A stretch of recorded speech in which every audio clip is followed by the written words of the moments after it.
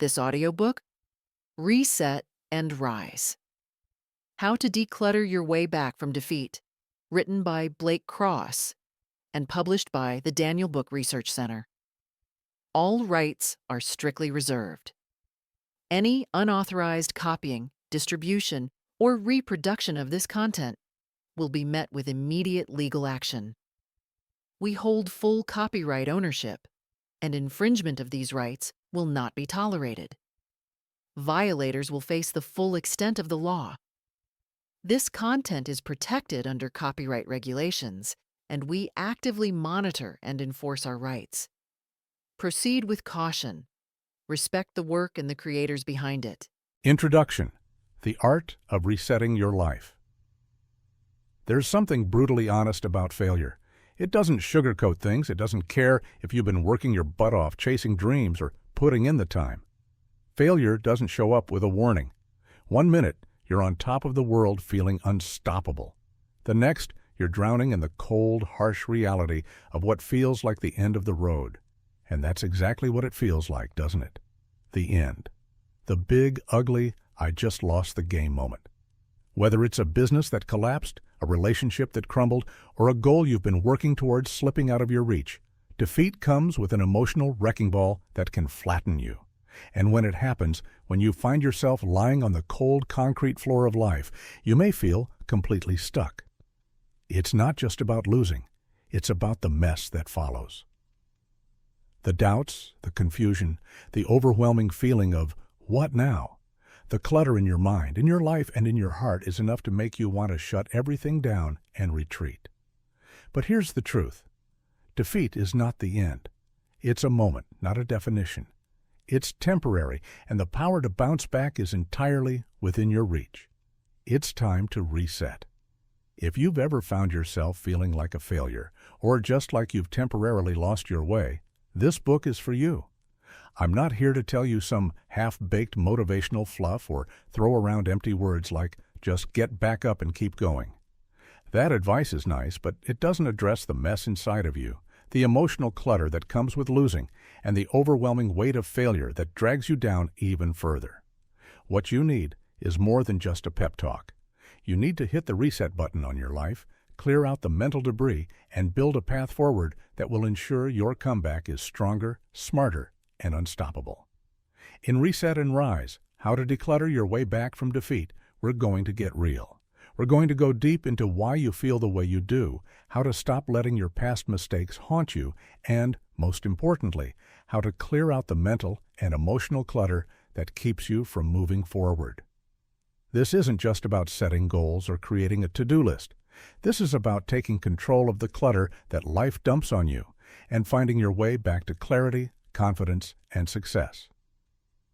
But before we dive in, let's talk about the real issue here.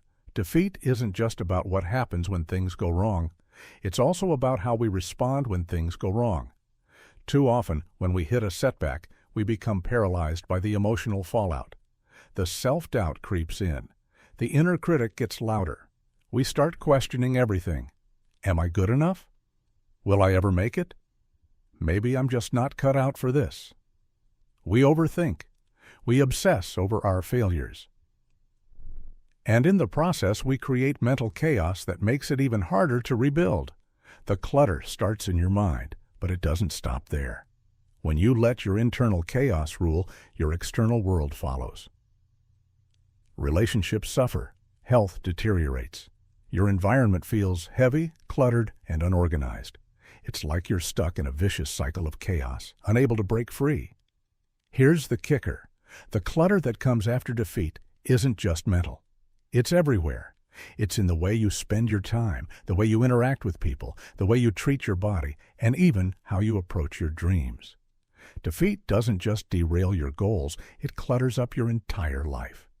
But the good news is you don't have to stay there. You don't have to keep letting defeat define you. The key to rebuilding yourself, to rising from the ashes, lies in decluttering. This isn't just about cleaning up your desk or getting rid of old clothes. This is about clearing out everything that holds you back mentally, emotionally, and physically, so you can rise again. Think of it like this. When you reset your life, you get to make a fresh start. But that doesn't mean you just pick up where you left off. No, you take everything that's weighing you down, every bit of self-doubt, every past failure, every toxic relationship, every bad habit, and you remove it. You make space for something better. You design a new system for your life that sets you up for the next level of success. In this book, we're going to break down the process of resetting into actionable steps.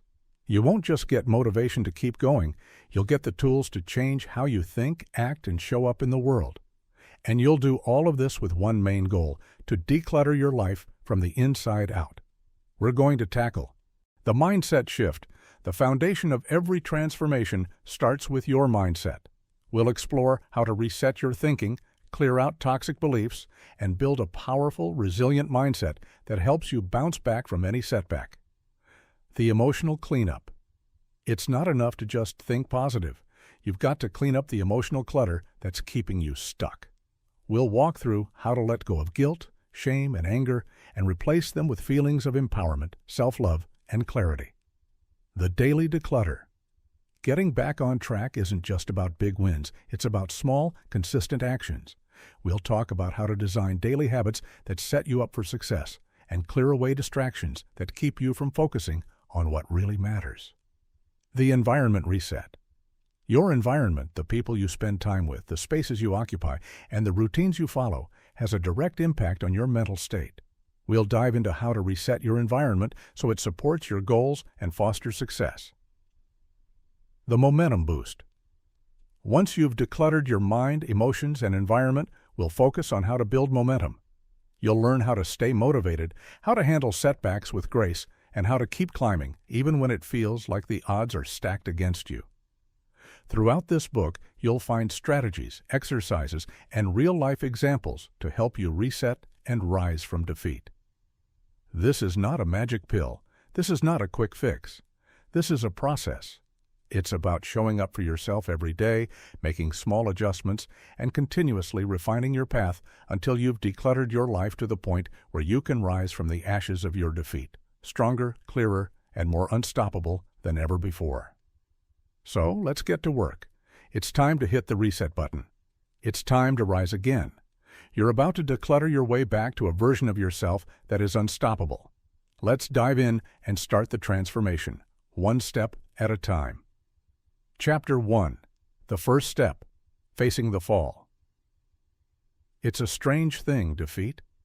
It often comes without warning, like a storm cloud rolling in over the horizon, dark, heavy, and threatening. Sometimes it's sudden, a sharp blow that knocks you to your knees. Other times, it's a slow, creeping decline, a series of small setbacks that slowly chip away at your confidence and your sense of self. Either way, it's impossible to ignore, and no matter how tough you are, at some point you feel the sting of it. Defeat isn't something we want to talk about. It's messy, it's uncomfortable, and it's humbling. But here's the truth. It happens to everyone. The idea that successful people never lose or fail is a myth that society has built around them. In reality, the difference between those who bounce back and those who stay stuck is how they deal with their failures. We've all been there, at that low point, when we feel like the world is closing in. Whether it's a career setback, a personal failure, or a dream that slipped through our fingers, the pain is real. It feels as though your sense of identity is being stripped away, and the fear of never being able to recover creeps in. The truth is, feeling defeated is part of the human experience. The pain you're feeling isn't a reflection of your worth. It's not a mark on your character. It's simply a natural response to an event that has shaken you. When you lose, whether it's big or small, you're supposed to feel something.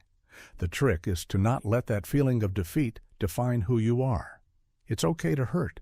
It's okay to feel disappointed, angry, or even embarrassed. These emotions are valid and natural. But the key is to acknowledge them and not let them fester. Think about it. Even the most successful people in the world have faced moments of failure. Michael Jordan was cut from his high school basketball team. Steve Jobs was fired from the company he founded. Oprah Winfrey was told she wasn't fit for TV. These setbacks didn't define them. They chose to acknowledge the pain and use it as fuel to rise higher. You can do the same.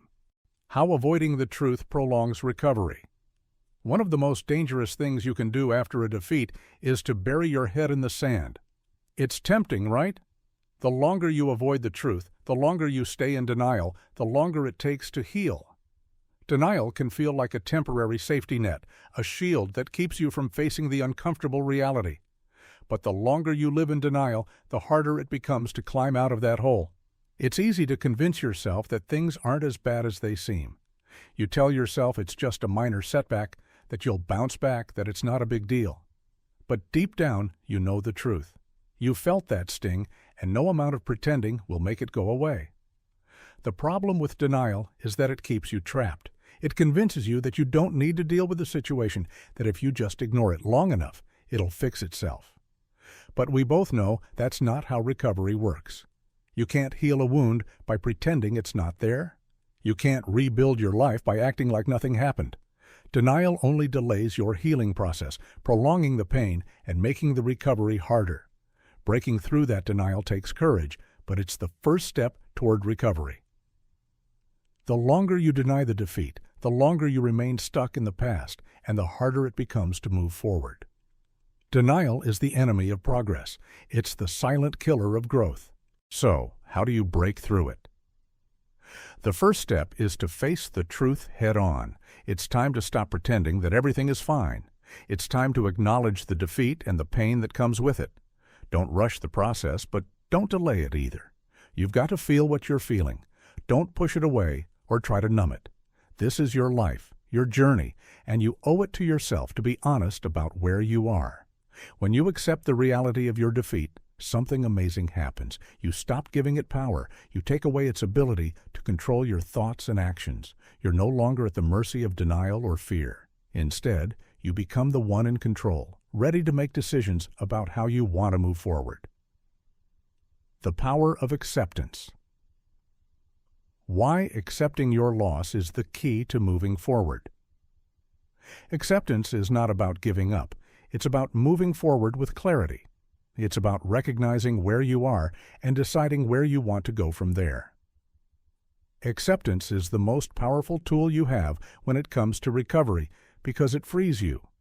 When you accept your loss, you take away the shame, the guilt, and the emotional baggage that weighs you down. This doesn't mean you're okay with what happened. It doesn't mean you like it or that it doesn't hurt. Acceptance is about acknowledging that the defeat happened and that it's a part of your journey. You don't need to sugarcoat it or pretend it wasn't significant. You don't need to deny the emotional toll it's taken on you. Instead, you simply acknowledge it for what it is, a chapter in your story, not the whole book. Think about it like this. If you were to take a detour on a road trip, would you continue driving in circles just because you didn't want to admit you made a wrong turn? Of course not. You'd recognize the mistake, accept it, and then recalibrate your direction. That's what acceptance does for you. It allows you to stop spinning in circles and start moving forward again. This process of accepting your defeat opens up space for growth. Once you accept where you are, you can start building your way back to where you want to be. Acceptance clears the fog, allowing you to see more clearly. You can now start thinking strategically about what went wrong and what steps you need to take to recover. It's like getting rid of all the mental clutter that's clouding your judgment. Furthermore, acceptance isn't just about acknowledging the loss itself. It's about accepting yourself in that moment. You may feel like a failure, but that's just a temporary feeling. It doesn't define who you are. Accepting your current self, flaws and all, is the first step toward creating a new version of you, the one who rises stronger from the ashes.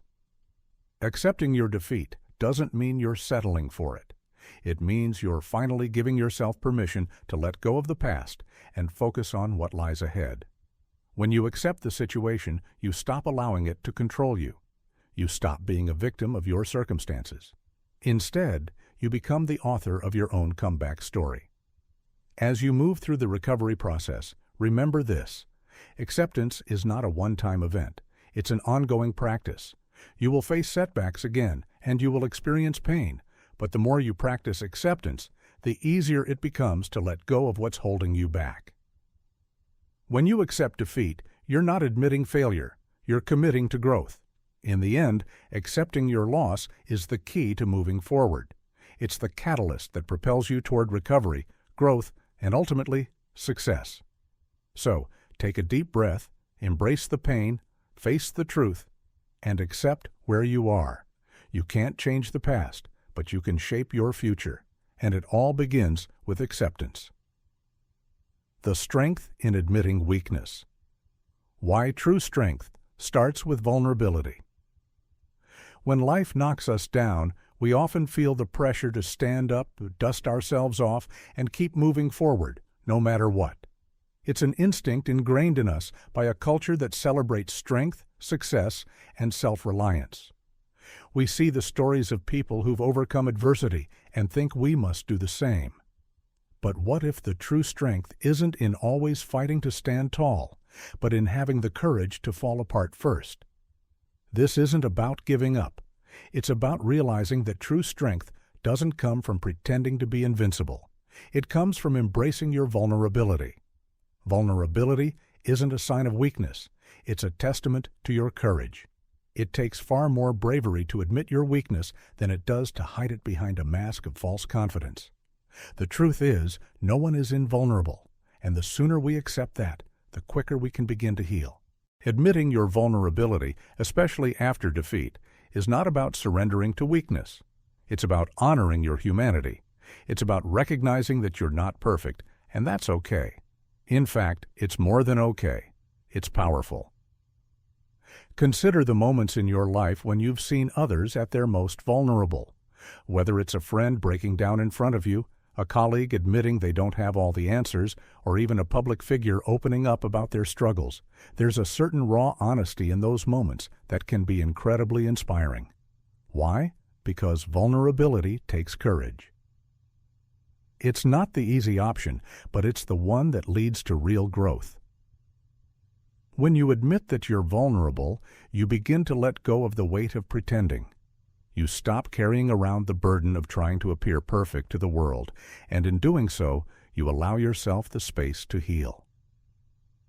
Only then can you rebuild from a place of honesty and authenticity.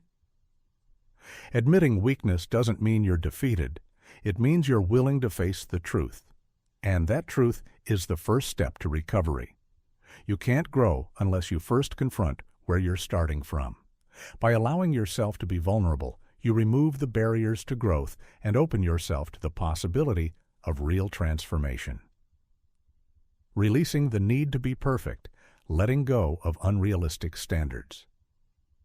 If you're like most people, you've probably spent a good portion of your life striving for perfection.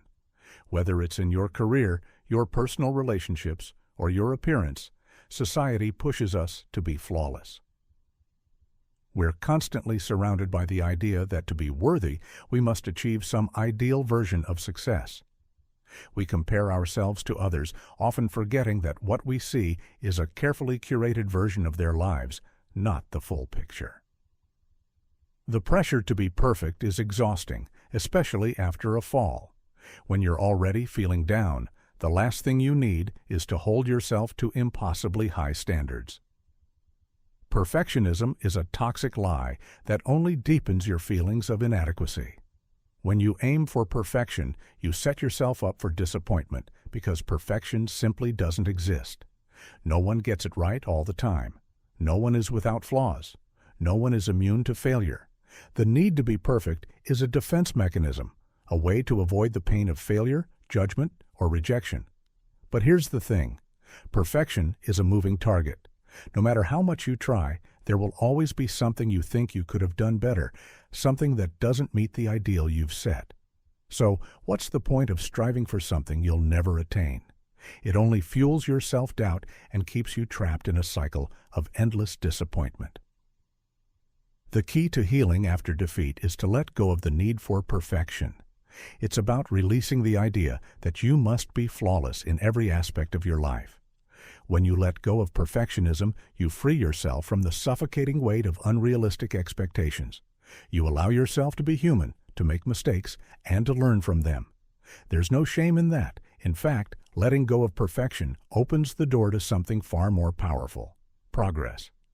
When you accept that you're not perfect, you open yourself to the possibility of growth. Instead of focusing on what you don't have or haven't accomplished, you focus on what you can do moving forward. The pressure to be perfect disappears, and in its place, you find the freedom to be real, to be authentic, and to be you. Building emotional resilience. Understanding how vulnerability can lead to growth. The truth is, vulnerability isn't just about admitting you're weak. It's also about cultivating emotional resilience, the ability to bounce back from adversity and keep going in the face of challenges.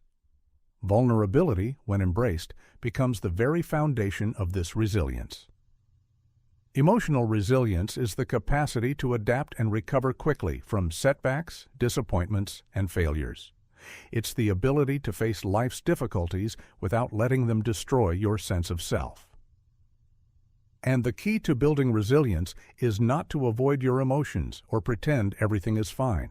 It's to allow yourself to feel, to process, and to move through the pain in a healthy way. When you're vulnerable, you're allowing yourself to experience all of your emotions, both the good and the bad. You're not numbing yourself with distractions or avoiding the discomfort of facing the truth. Instead, you're allowing yourself to feel the hurt, to acknowledge the loss, and to give yourself the space to grieve. This is the first step in building emotional resilience, the willingness to sit with your emotions, no matter how uncomfortable they may be. The second step is learning how to use those emotions to fuel your growth. Vulnerability isn't about wallowing in self-pity or becoming consumed by your feelings. It's about using those emotions to propel you forward. When you allow yourself to feel the pain of defeat, you also give yourself the opportunity to learn from it. Every setback can be a lesson, every failure a stepping stone to greater understanding. When you're vulnerable, you're allowing yourself to experience all of your emotions, both the good and the bad. You're not numbing yourself with distractions or avoiding the discomfort of facing the truth. Instead, you're allowing yourself to feel the hurt, to acknowledge the loss, and to give yourself the space to grieve. This is the first step in building emotional resilience, the willingness to sit with your emotions, no matter how uncomfortable they may be. The second step is learning how to use those emotions to fuel your growth. Vulnerability isn't about wallowing in self-pity or becoming consumed by your feelings. It's about using those emotions to propel you forward. When you allow yourself to feel the pain of defeat, you also give yourself the opportunity to learn from it. Every setback can be a lesson, every failure a stepping stone to greater understanding. Vulnerability allows you to process your emotions in a healthy way, but emotional resilience means you don't stay stuck in that place of pain. You acknowledge the hurt, but you don't let it define you.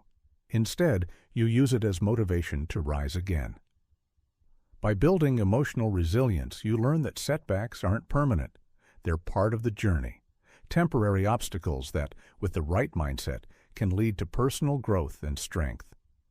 Resilience is the ability to turn a painful experience into a lesson that shapes who you are. It's about learning from your failures rather than being crushed by them. And vulnerability plays a critical role in this process. When you embrace vulnerability, you stop running from your emotions and start using them as tools for growth. Each time you face your pain and rise from it, you become stronger, more resilient, and more capable of handling life's challenges. Vulnerability is not a weakness, it's a strength. It takes courage to show up as you truly are, to expose your flaws and imperfections, and to face your emotions head-on.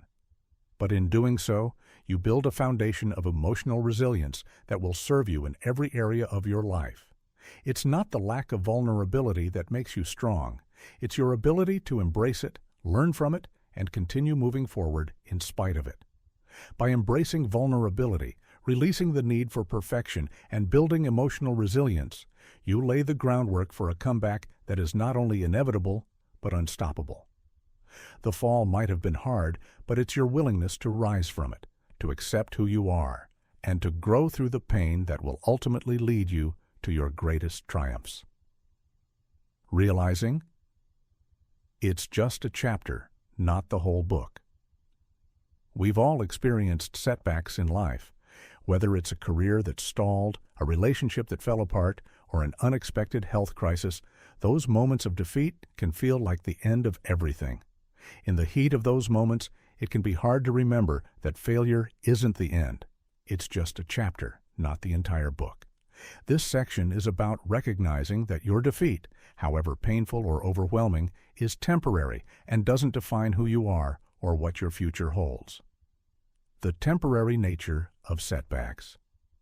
Understanding that failure is temporary. When you're in the midst of a fall, it's easy to feel like you've hit a dead end. The emotions of failure, shame, disappointment, frustration can create a dark cloud that seems to stretch out forever. But here's a powerful truth. Setbacks are temporary.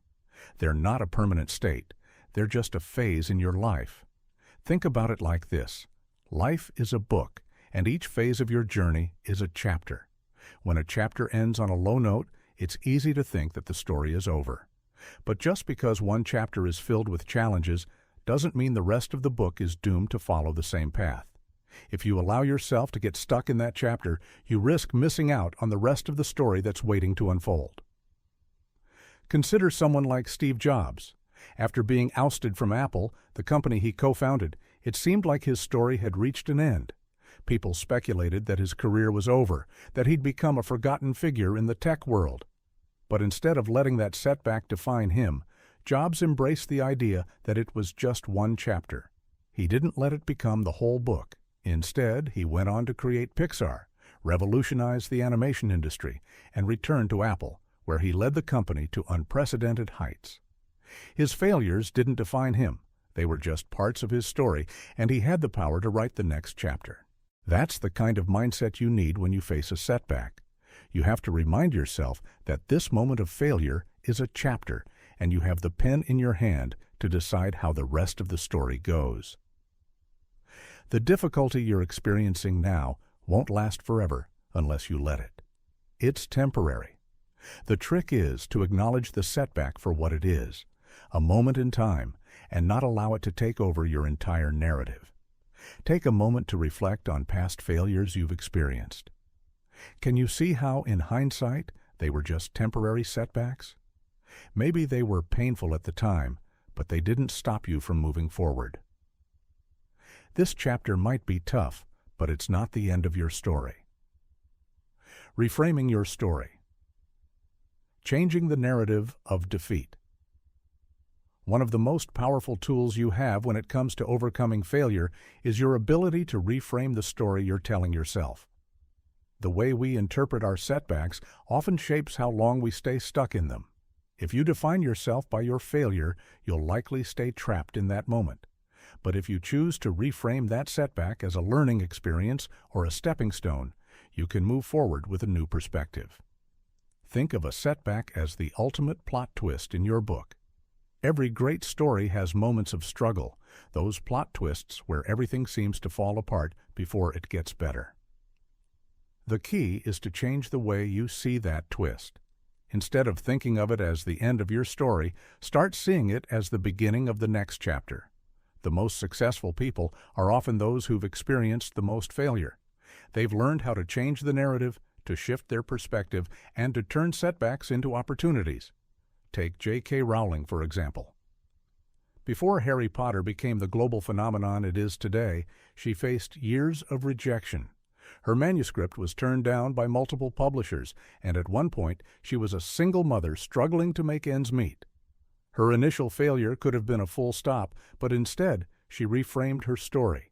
She didn't let those rejections define her or her future. Instead, she used them as fuel for her determination.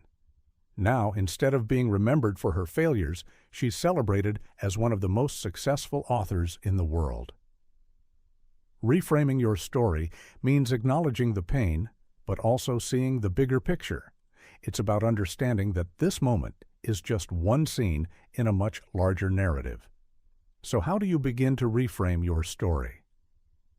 Start by looking at what you've learned from your failure. What lessons can you take from this experience that will serve you in the future? What strengths have you developed that you didn't know you had before?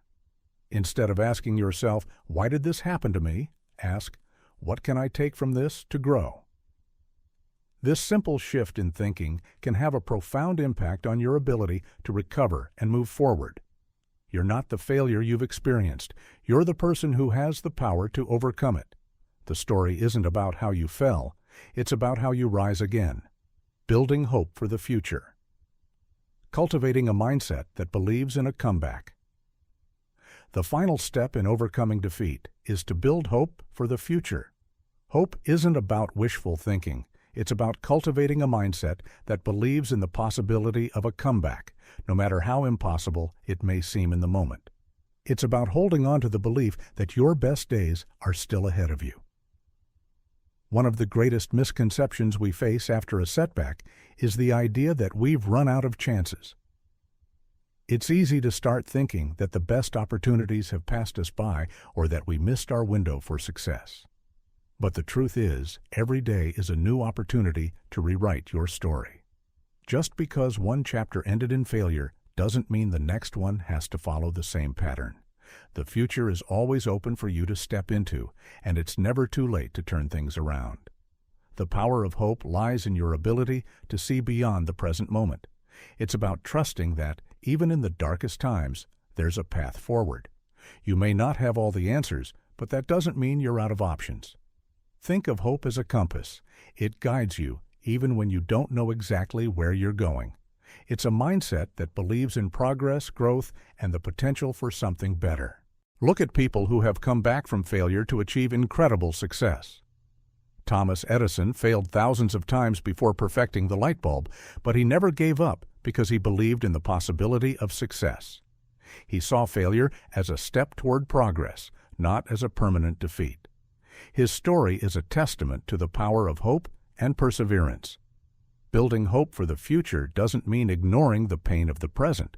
It means acknowledging the difficulty of where you are now, but believing that something better is possible. It's about taking small, deliberate steps toward the future you want to create. Even on the days when you don't feel like it, you can still keep moving forward. Start by setting small, achievable goals that align with your vision for the future. Celebrate each victory, no matter how small. Building hope is about taking action, about proving to yourself, one step at a time, that you can rise again. And with each small success, the larger vision of your comeback will start to take shape. Remember, the chapter you're in right now doesn't have to be the last chapter. The story is far from over, and the best is yet to come. Your future is waiting for you to take that first step toward it. Chapter 2. Decluttering the Mind. Clearing the mental fog. Mental clutter is the invisible weight that keeps you stuck. You can change your clothes, your job, your city, but if your mind is still filled with the same broken thoughts, you'll repeat the same broken life. Decluttering your mind starts by doing what most never dare to do. Take full inventory of the garbage you've let live rent-free in your head. Recognizing self-doubt. How to spot negative thoughts before they take hold. Self-doubt doesn't yell, it whispers. It hides behind fake logic, realism, and past failures disguised as predictions. You'll hear it in thoughts like, "I probably won't make it," or "Guys like me don't get a second chance." These thoughts feel factual because they've been replayed so many times they've turned into your default programming. But default doesn't mean truth. It means lazy repetition. Your job now is to catch the lie before it becomes your lifestyle. Self-doubt shows up when you hesitate to act, when you feel like an imposter, or when you overthink every decision like you're about to detonate a bomb. It's subtle but loud in its consequences. If you don't control it, it controls you. Start tracking your internal narrative. For 1 week, write down every self-defeating thought. Don't argue with it, just expose it. Call it what it is, mental graffiti. Unchecked, these thoughts turn into beliefs. Beliefs create behavior. Behavior creates identity. You want to become a different man? You start by burning the script. Letting go of victimhood. Why playing the victim? Only holds you back. You can't heal if you're addicted to the identity of the wounded. Victimhood isn't about what happened to you. It's about using what happened to justify your stagnation. Life might have hit you unfairly. You might have been betrayed, abandoned, screwed over. But dragging those moments into your present is like leaving an open wound to fester instead of stitching it up and moving forward. Victim thinking sounds like this. This always happens to me. I can't catch a break. It's just not in the cards for me. That language reinforces a narrative where you're powerless and the world is your enemy. But the truth is, the world isn't out to get you. It's just indifferent. That's not bad news. It means you don't have to wait on the world to change. You only need to change your approach to it. Owning your part in your current situation isn't about blame. It's about control. When you say, "I'm here because of X," you're choosing to be at the mercy of external forces. But when you say, "I'm here and I choose to move differently," you take back the wheel. It's not your fault you got hit, but it is your responsibility to get up. Drop the language of helplessness. Replace "I can't" with "I haven't yet." Replace "I always lose" with "I'm learning how to win differently." Words aren't just decoration, they're construction tools. Start building a new mindset by demolishing the one that's keeping you small. Shifting from scarcity to abundance. Reprogramming your mindset for growth. Scarcity is mental poverty. It tells you there's not enough time, money, love, opportunity. It's a mindset built on fear. Fear of running out, fear of being left behind, fear of never being enough. The problem?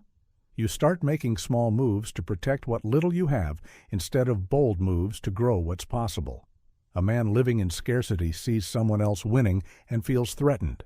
A man in abundance sees someone winning and thinks, "Game on." Abundance isn't fantasy thinking. It's a decision to believe that there is always more if you're willing to build it, earn it, attract it, and outgrow your old limits. You start by observing your habits. Scarcity lives in hoarding. Hoarding your energy by refusing to take risks. Hoarding your ideas by never acting on them. Hoarding your worth by settling for safe instead of striving for greatness. You want abundance? Start creating. Write the thing. Build the thing. Launch the thing. Abundance favors action. You also kill scarcity by surrounding yourself with expansion, not contraction. Audit your circle. If you're around men who constantly complain, who see opportunity as a threat, who mock ambition, you're feeding your scarcity every time you hang with them. Change the room or change the dream. Finally, adopt aggressive gratitude. Not the soft, "I'm just thankful for air" kind. The kind that says, "If I've got one breath left, I've got another chance." Gratitude multiplies what you focus on. Scarcity says, "I don't have enough." Gratitude says, "I'll maximize what I've got," and that makes room for more. Your mindset isn't a personality trait, it's a program. You either let it run on default, or you rewire it. If your current mindset has led you here, broke, bitter, or stuck, it's time to stop treating it like a wise mentor and start treating it like the saboteur it is. You don't just declutter your mind for peace. You do it to build power. Clear mind, clear path, clear purpose. The comeback doesn't start when everything's fixed. It starts when you stop believing the thoughts that broke you in the first place. Understanding your emotional triggers. If your thoughts are the steering wheel, your emotions are the gas pedal. But most men never learn how to drive. They punch the gas when they should coast, slam the brakes when they should accelerate, and then wonder why their life feels like a constant crash. You can't declutter your life if you don't understand what's causing the mess. And often, it's not what's happening outside of you. It's what's boiling inside. Emotional triggers are the silent puppeteers pulling your strings. You snap, retreat, overthink, or shut down, and later wonder why. Until you learn to trace the wire back to the bomb, you'll keep exploding in slow motion. Mapping your emotional responses. How your feelings fuel your actions.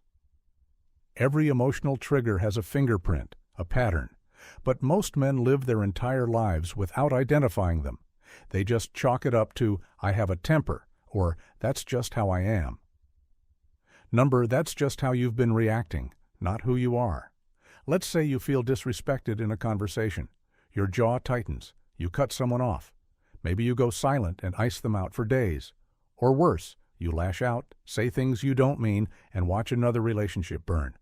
It's not the conversation that destroyed you. It's your inability to recognize what you felt and how that feeling hijacked your logic. Your emotional responses are often rooted in past unresolved moments. Someone once dismissed your opinion. Now every disagreement feels like an attack. You were overlooked or underestimated, so now every win feels like survival, and every loss feels like extinction. Mapping your emotional triggers means noticing the moment your internal weather changes. Practice it like a detective. Pause. Ask, what just happened? Why did that hit me so hard? What story am I telling myself about it? It might sound something like, he interrupted me and it made me feel invisible. She questioned my decision and I felt like a failure. They didn't respond to my message and I took it as rejection. See the difference? You're not just reacting. You're identifying the wound underneath. The moment you can name it, you start stripping it of power. That's the first step in turning a reaction into a response. That's how emotional mastery begins, not with suppression, but with precision. Breaking the cycle of self-sabotage. How past failures influence present behavior. Ever wonder why you pull away when things start going well, or why you delay the project, the call, the opportunity, right when success is within reach? That's self-sabotage, not because you want to fail, but because part of you expects to. Past failures don't just leave scars, they leave stories. Stories like, I always mess things up, or I'm not the kind of guy who wins. If you don't rewrite those stories, you'll keep living them. You'll choose comfort over growth, familiar chaos over unfamiliar success. You'll ghost your own potential. Imagine this. A man gets promoted but starts arriving late to work. A guy meets someone amazing and suddenly becomes emotionally unavailable. Another man finally launches his side hustle, then convinces himself it's not good enough and shuts it down. What do they all have in common? Subconscious sabotage. Why?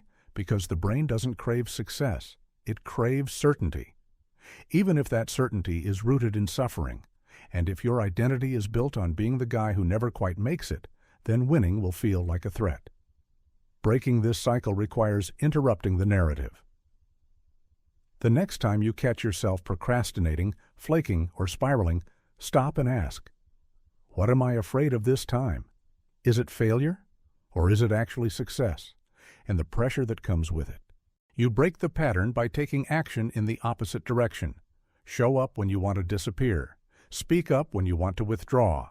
Deliver when you want to delay. Success isn't a talent contest. It's a war of persistence against your old wiring. Your past may have taught you to expect disappointment, but your future is built by the version of you that shows up despite that expectation. That man doesn't need to be perfect, just consistent. Consistency shatters sabotage. Every time you override the trigger, you write a new story.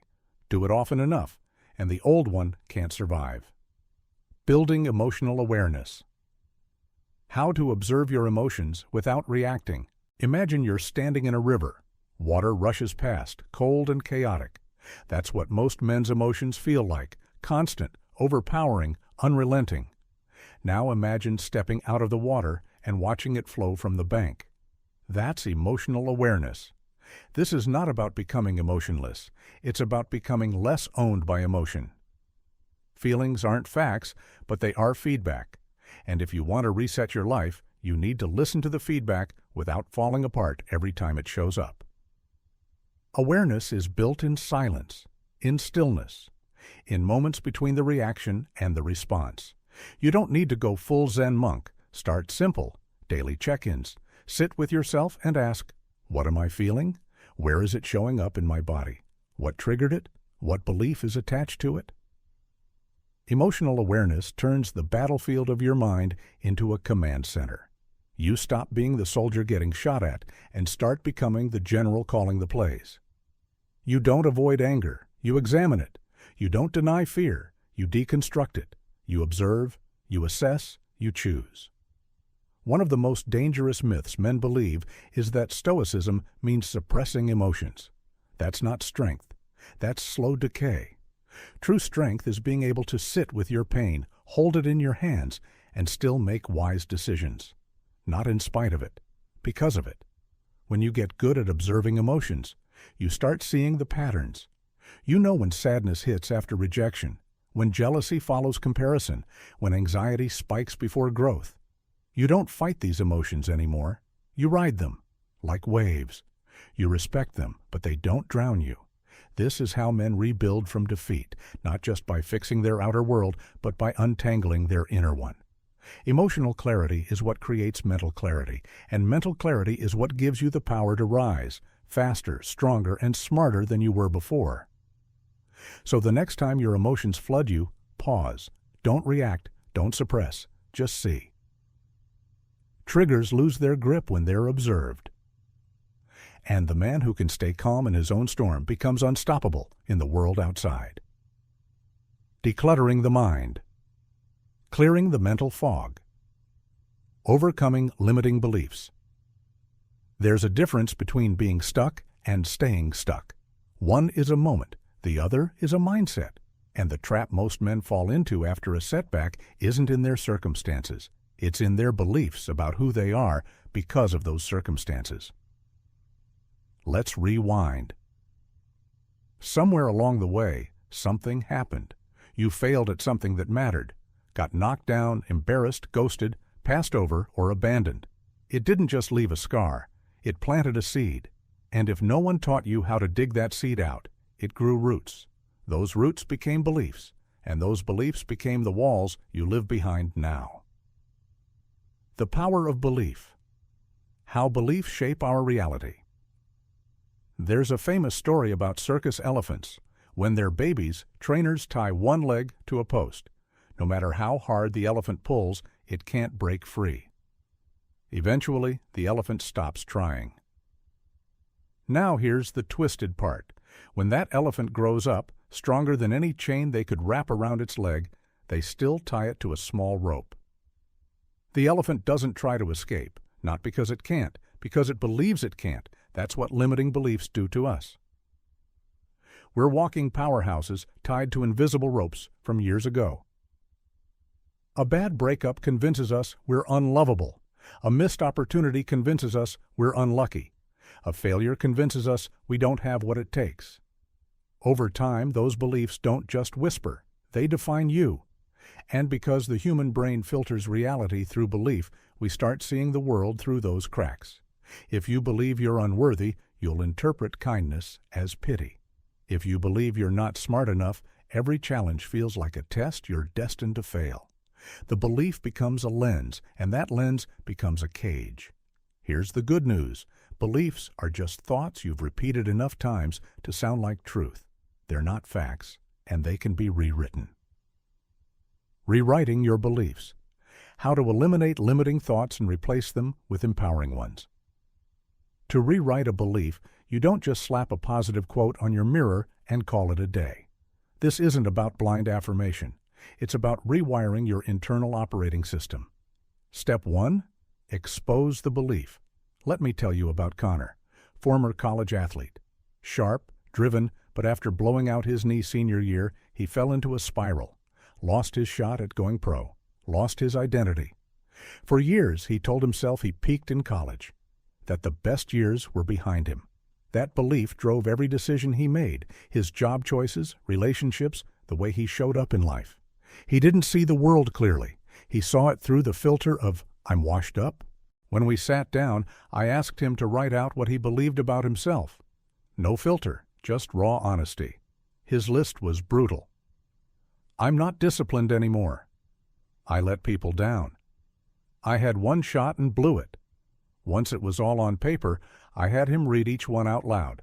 Then I asked, "Where did you learn this belief? And is it always true?" We picked them apart one by one. I'm not disciplined anymore. Yet he still worked out 5 days a week.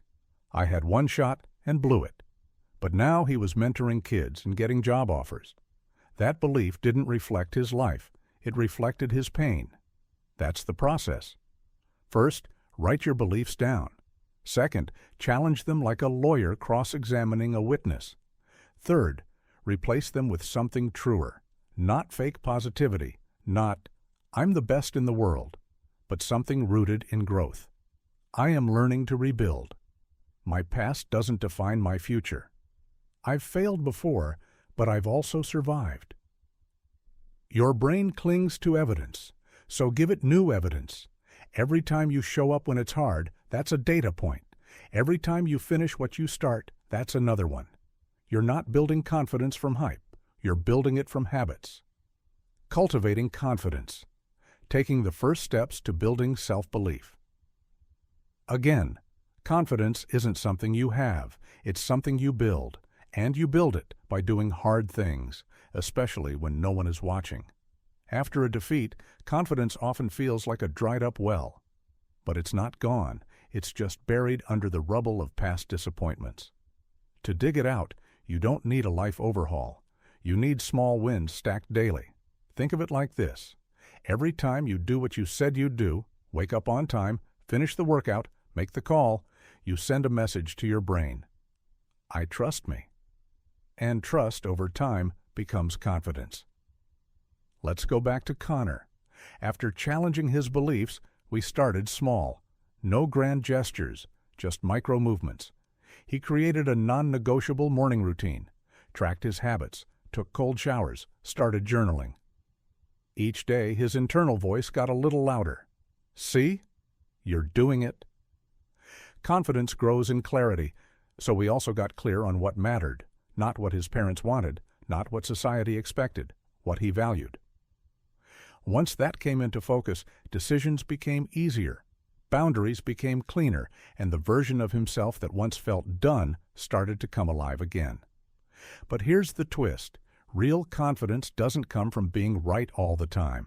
It comes from knowing that even when you're wrong, you'll figure it out. It's self-trust, the belief that no matter what happens, you've got your own back. That's what most men are missing. Not motivation, not talent, self-trust. And you can't build self-trust if your beliefs are working against you. So start there. Identify the script, interrupt it, rewrite it, and then prove it to yourself with consistent action. No one else can do this part for you. But once you see that the only thing standing between where you are and where you want to be is a story you've been telling yourself, you'll realize the pen's been in your hand the whole damn time. Change the story. Change the outcome. It starts in your mind. It starts now. Chapter 3. The Power of Routine. Building Momentum from the Ground Up. After a fall, whether it's a heartbreak, a business failure, a lost job, or just a quiet unraveling of who you used to be, life feels messy, like you're in a room with the lights off, surrounded by clutter you can't see but keep tripping over. The fastest way out of that fog isn't to wait for motivation to show up. It's to build structure, not sexy, but solid. And in that structure, power. Why routines are the backbone of success. The science of habit formation. Most people think success is born from motivation or raw talent, but study after study points to something much more boring and far more powerful. Routines. The way you structure your day literally rewires your brain.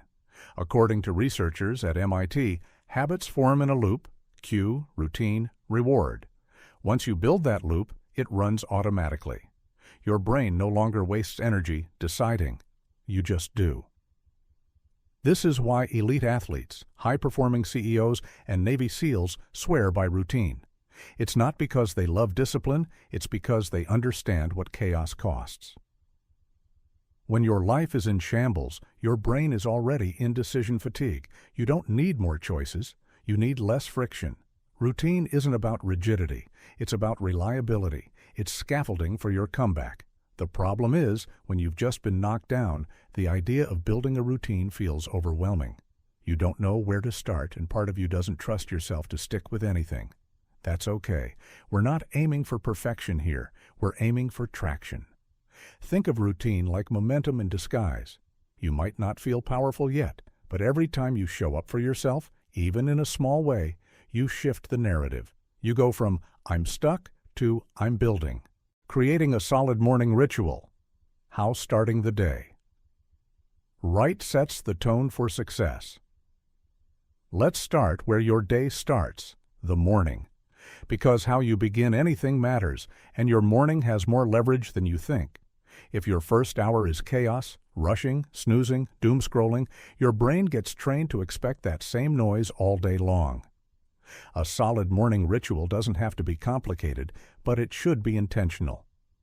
Think of it as your daily declaration. This is who I'm becoming.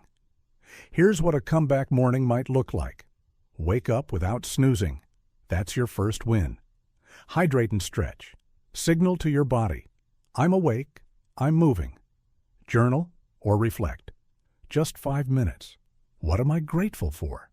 What's one thing I'll do today to get closer to who I want to be? No phone for the first 30 minutes. Keep your mind your own. Do one hard thing early. A workout, a cold shower, making that uncomfortable call. Winning the morning isn't about being productive. It's about building your identity. Let's be real. The first few days, you won't want to do any of it. That's not a sign it's not working. That's proof you need it. The resistance isn't your enemy. It's your teacher, which brings us to the real wall most men hit.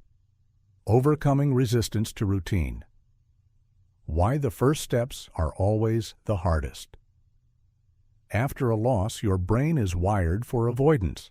You start flinching at discipline because it reminds you of everything you should be doing. So you retreat into comfort, late nights, junk food, distractions. Not because you're lazy, because you're hurt. Your brain equates stillness with safety. But here's the hard truth. Comfort is killing your comeback. What you're really up against isn't just distraction or laziness. It's resistance, and resistance always shows up strongest at the beginning of anything worth doing. That's why new routines feel like swimming upstream. Your brain is used to the old path, even if it sucks. Breaking that inertia takes force, not massive force, just consistent force. Let me tell you about Drew. He was 38, post-divorce, laid off, and living in his sister's basement. He said he felt like a ghost of himself. When we started talking routine, he rolled his eyes. "Dude, I can't even shower every day right now. You want me to become Mr. Discipline?" I told him, "Forget the perfect routine. Let's build a real one he could actually do." We started with just 3 non-negotiables. Wake up at the same time every day. Make his bed. Walk outside for 10 minutes before checking his phone. That was it. 2 weeks later, Drew had momentum. He added journaling, then cold showers, then meal prep. He wasn't a ghost anymore. He was a man with structure, and structure gave him belief. That belief fueled action. That action created change. The most dangerous belief you can have right now is that you need to feel good to take action. The truth? Action comes before motivation. It creates it. If you wait until you feel ready, you'll stay stuck. The comeback doesn't wait for your emotions to catch up. It starts with movement, and routine is that movement on repeat. Let's be clear. Your routine is yours, not some influencer's, not some billionaire's ice bath latte hour. Yours. Designed for your healing, your rhythm, your goals. But it has to exist, and it has to be consistent. Because the real power of routine isn't in what it gets you today. It's in who it helps you become tomorrow. You don't need a 10-step plan. You need one promise you keep to yourself every day. Then another, then another. This is how men rebuild. Quietly, repetitively, relentlessly. You don't rise from the ashes by wishing. You rise by routine. One small win, then another. Until momentum becomes identity. Until identity becomes destiny. Get up, get structured, and let the routine do the work until your belief catches up. The power of routine, building momentum from the ground up, small wins, big impact.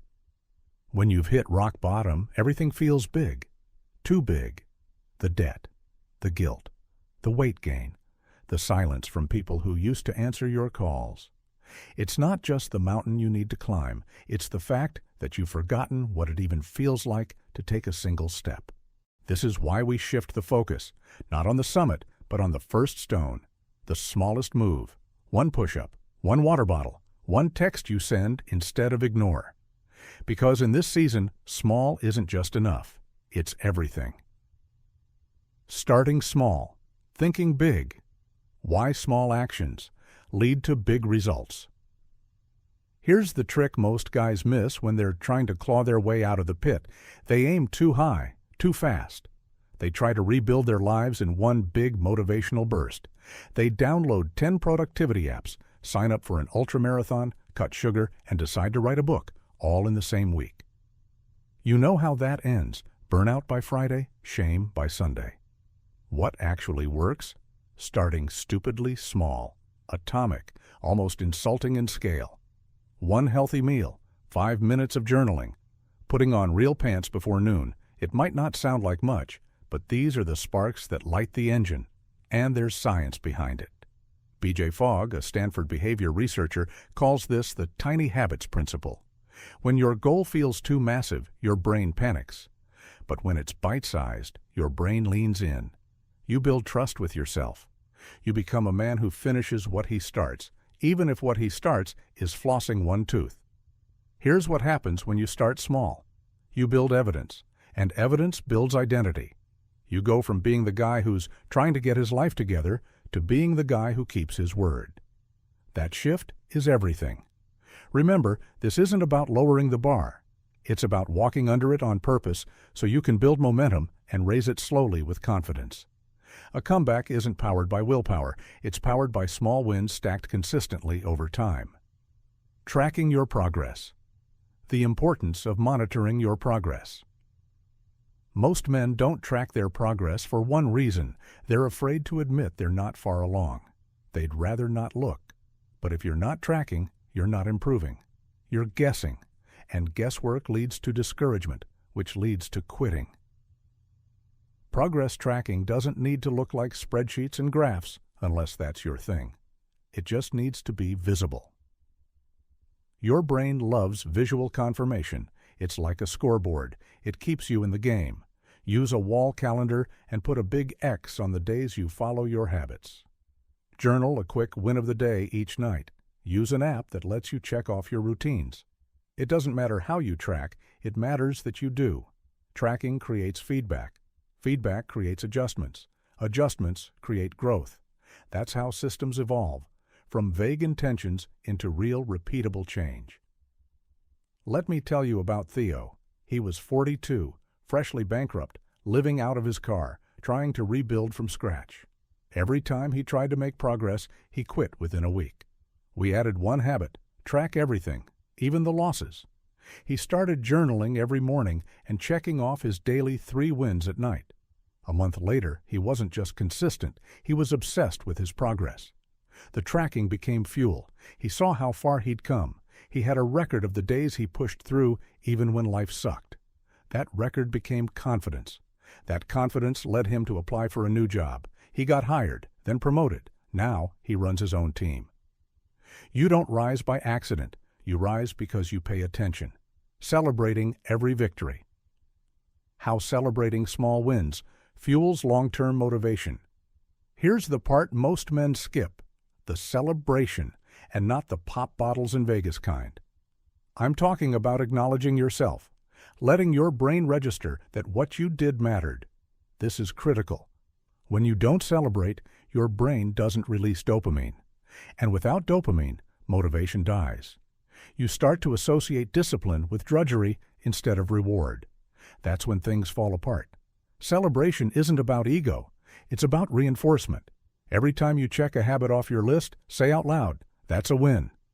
Every time you choose water over whiskey or walk instead of scroll, give yourself credit.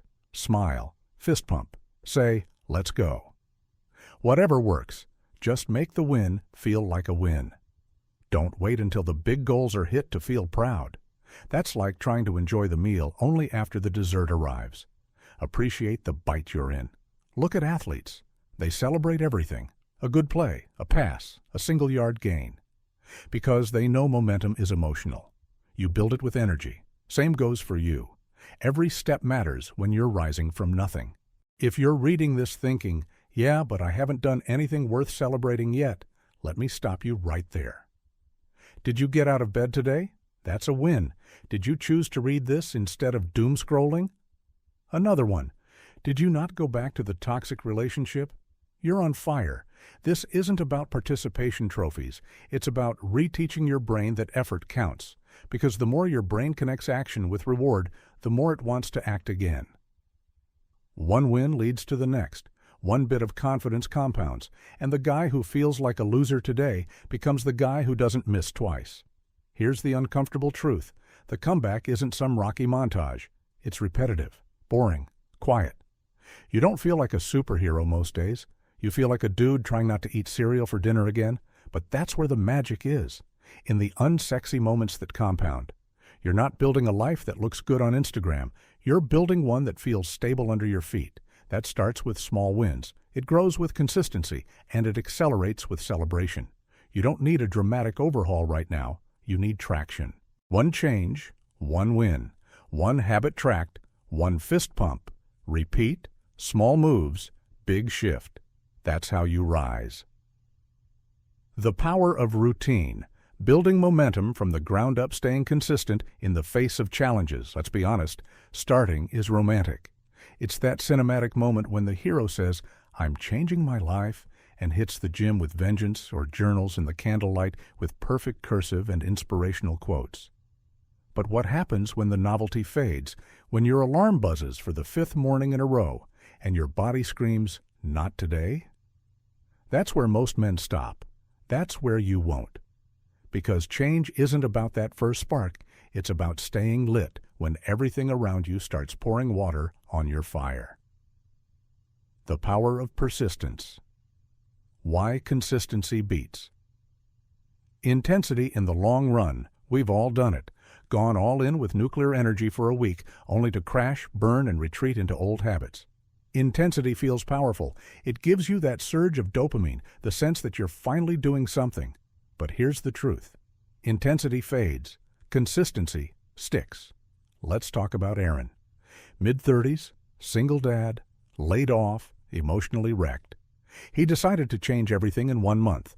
Woke up at 5 a.m. gym, cold showers, reading a book a week, keto, breathwork, therapy, all at once. 2 weeks in, he was exhausted, missed 1 morning, then 2. Guilt set in. The shame spiral started. He ghosted his therapist. The gym bag stayed in the trunk. Within a month, he was back to square one, only now with a heavier weight of failure on his back. When Aaron came back to me, we stripped it all down. Just 2 non-negotiables, 10-minute walk after lunch and journal 1 sentence before bed. That's it. He thought it was too little. But 6 weeks later, he hadn't missed a day. And once those 2 habits were solid, we stacked a 3rd, then a 4th. A year later, he's still going. Not perfectly, but powerfully. Why? Because he stopped betting on the intensity of inspiration and started betting on the reliability of routine. Your comeback doesn't need a dramatic explosion. It needs a slow, steady burn that survives the storms. Dealing with setbacks, how to stay on track. When life throws curveballs, you will get hit. Let's not sugarcoat it. Life will test you. You'll oversleep. You'll get sick. Your boss will add stress. The car won't start. The motivation will die. And in those moments, your brain will whisper, "See? This is why we don't bother." But setbacks aren't the end. They're just part of the terrain. Picture this, a runner on a muddy trail. Every few steps, he slips, gets dirty, maybe twists an ankle. But he doesn't go back to the starting line every time. He keeps moving, slower, limping maybe, but forward. That's your job now, to stop treating setbacks like full stops. Let's say you miss your morning routine. Instead of tossing the whole day, adjust. Shift your journaling to lunch. Replace the gym with a stretch at home. Salvage what you can. Show yourself that you still show up, even when it's not perfect. Failure isn't missing one habit. It's letting that one miss multiply into 5 more. And here's the gold. Every time you recover from a setback, you reinforce resilience. You teach your brain, I don't break. I bend and bounce. Let me introduce you to Marcus. He was rebuilding after a nasty divorce and a failed business. He started strong, but his mother fell ill and suddenly his routine went out the window. Instead of quitting, he pivoted. He used the hospital cafeteria for quiet journaling, took stairs instead of the elevator, did gratitude lists while driving. He told me something that stuck. I couldn't control the chaos, but I could still control a few moves in it. And that saved me. You won't always be in control, but you can always choose how you respond when life smacks you around. Overcoming burnout. How to pace yourself to maintain momentum without exhausting yourself. Burnout doesn't just come from doing too much. It often comes from doing too much without clarity, from grinding without knowing why, or doing things that look good on paper but feel hollow in your chest. The key? Pacing with purpose. You don't need to win every day. You just need to keep playing the game. That means designing your routine like a marathon, not a sprint. It starts with energy auditing. Ask yourself, what habits give me energy? What habits drain me, even if they look productive? Your routine should fuel your comeback, not leave you limping through the day. Look at Sam, tech consultant, burned out from chasing a perfect day schedule. He had a color-coded calendar that looked beautiful and felt like hell. We ripped it apart, simplified, built in breathers.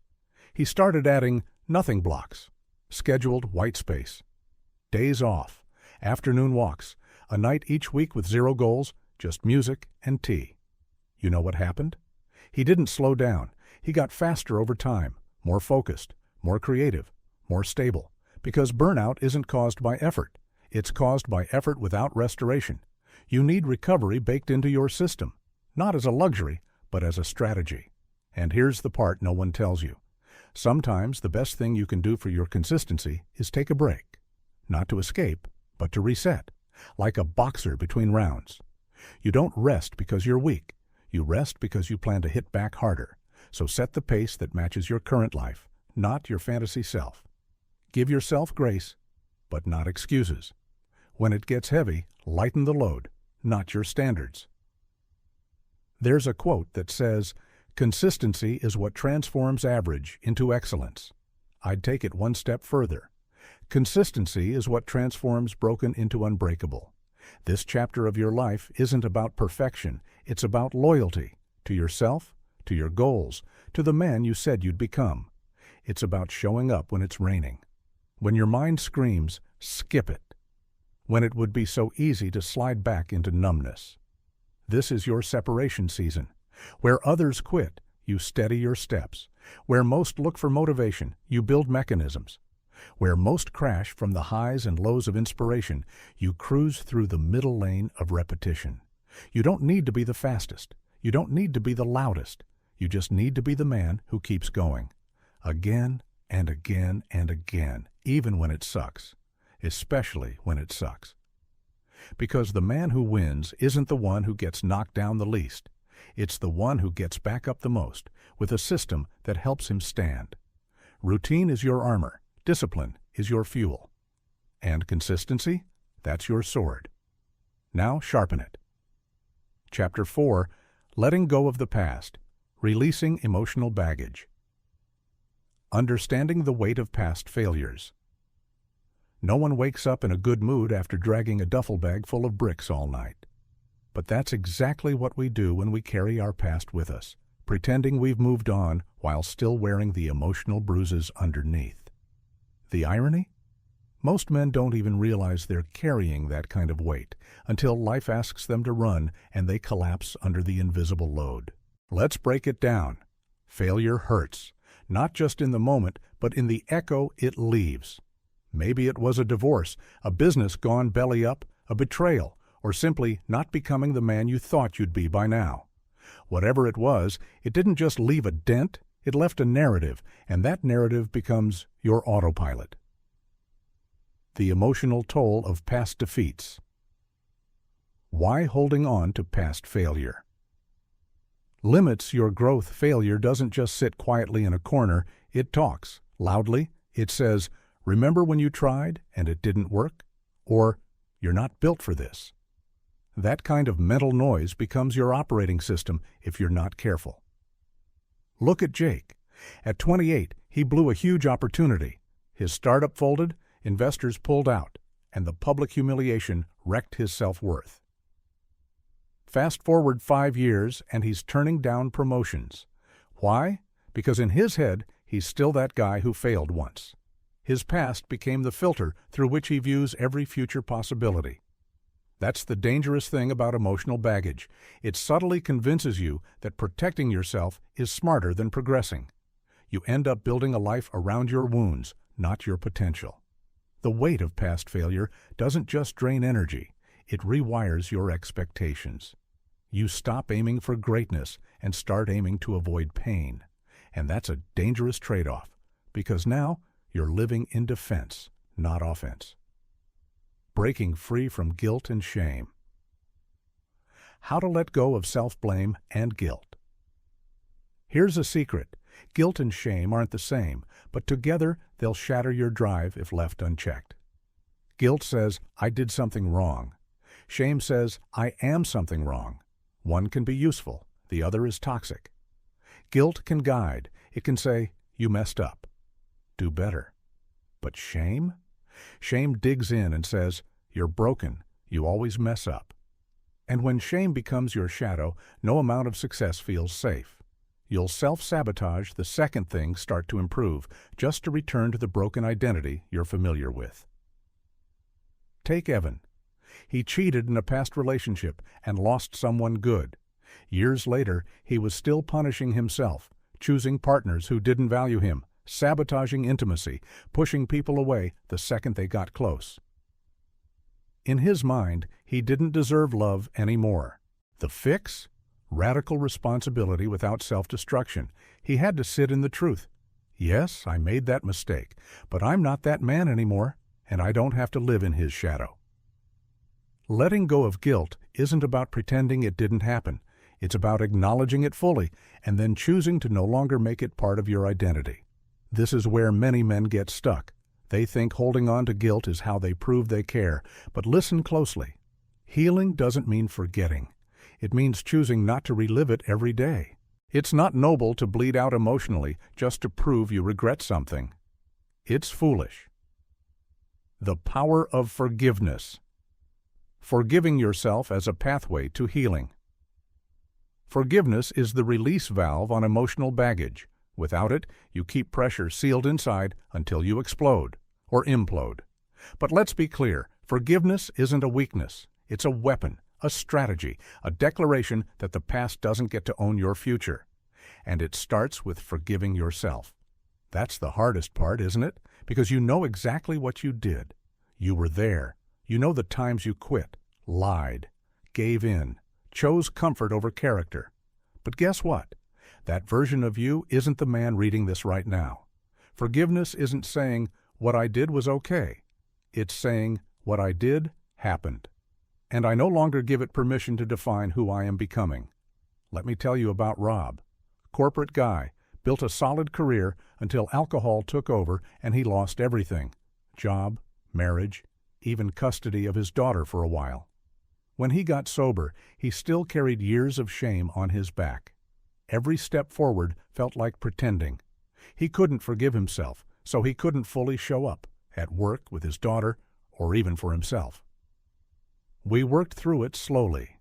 He had to confront the wreckage without running from it, to write letters to the man he was and the people he hurt, to read them aloud, to cry, to let go. When he finally said the words, "I forgive you," he cried for 30 straight minutes. Not because he was weak, but because that was the moment his real life restarted. He told me later, "I didn't think I deserved peace." But it wasn't about deserving. It was about deciding. You don't need anyone else's permission to forgive yourself, just yours.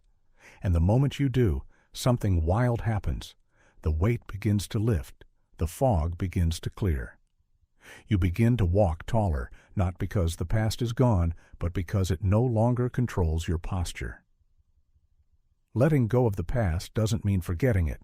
It means owning it, learning from it, and then refusing to let it handcuff your future.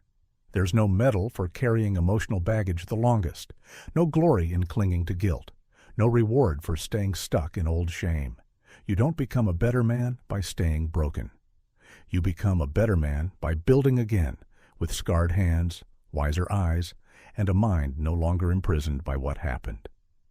Here's what I want you to do. Pull the past into the light. Speak the truth about it. Mourn what you lost. Own what you did. And then burn the old script. Write a new one, because the man you were is over. But the man you can become? He's just getting started. Letting go of the past, releasing emotional baggage. Creating mental space for growth. Your mind is like a house. Over the years, you've filled it with memories, regrets, old arguments, past identities, and a collection of what-ifs stacked like dusty boxes in the attic. And just like that cluttered room you keep meaning to clean but never do, your mental space becomes crowded with things that no longer serve you, but take up all the room where growth could live. The truth? You can't build anything new if your mind is jammed with old debris. Growth requires room. Vision needs space to breathe. And healing, real healing, starts when you stop tripping over yesterday. Identifying emotional attachments to the past. How to recognize when you're still carrying old baggage. Old baggage rarely screams for attention. It whispers. It disguises itself as hesitation, perfectionism, anger, or even apathy. It shows up in the decisions you delay, the relationships you sabotage, the dreams you downplay, and the excuses you wrap in logic. The tricky part? Most of the time, you don't realize you're still carrying it. You tell yourself you've moved on from the job that crushed your confidence, but you don't apply for new roles because the market's tough. You say you're over the woman who broke you, but every new relationship feels like a ticking bomb. You convince yourself you're building again, but you're still operating under the emotional code of the man who lost. That's what emotional attachment looks like. It's invisible cement that glues the present to a version of you that no longer exists, but still controls your choices. Take Marcus. For years, he told himself he'd learned his lesson after being betrayed by a business partner. But every new opportunity was met with suspicion, hesitation, and a subconscious urge to pull away before things got serious. What he hadn't realized was that he wasn't protecting himself. He was imprisoning himself. His emotional loyalty, letting go of the past, releasing emotional baggage. Building a healthier relationship with the past. There's an old saying, "What's done is done." But how many of us really believe that? We all know, logically, that you can't change the past, but emotionally, we hold on to it. We let it linger, shape our behavior, and sometimes even dictate our future. The scars of past mistakes, missed opportunities, and failed relationships often feel like they've etched their way into the very fabric of who we are. But here's the thing. Your past doesn't have to be a prison.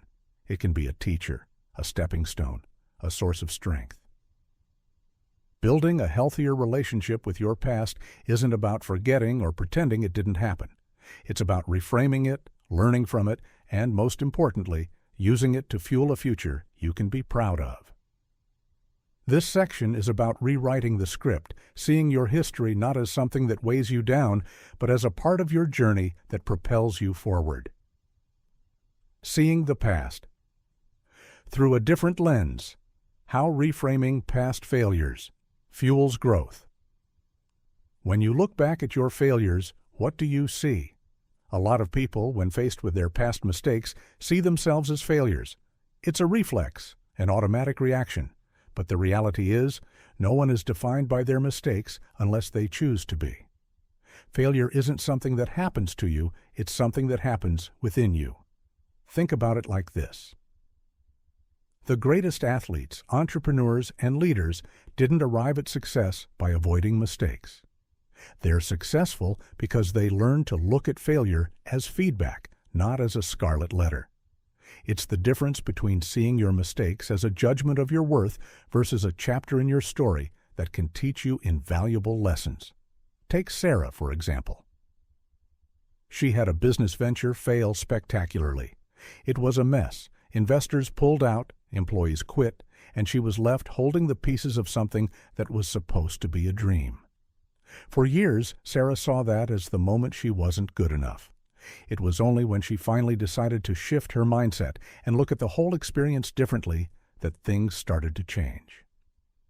Instead of defining herself by the failure, she reframed it as a massive learning experience. The skills she gained in crisis management, her understanding of market dynamics, and the lessons in patience and persistence were priceless. The next time she stepped into a business venture, she had a knowledge base no one could take away from her. This reframing didn't happen overnight, and it wasn't easy.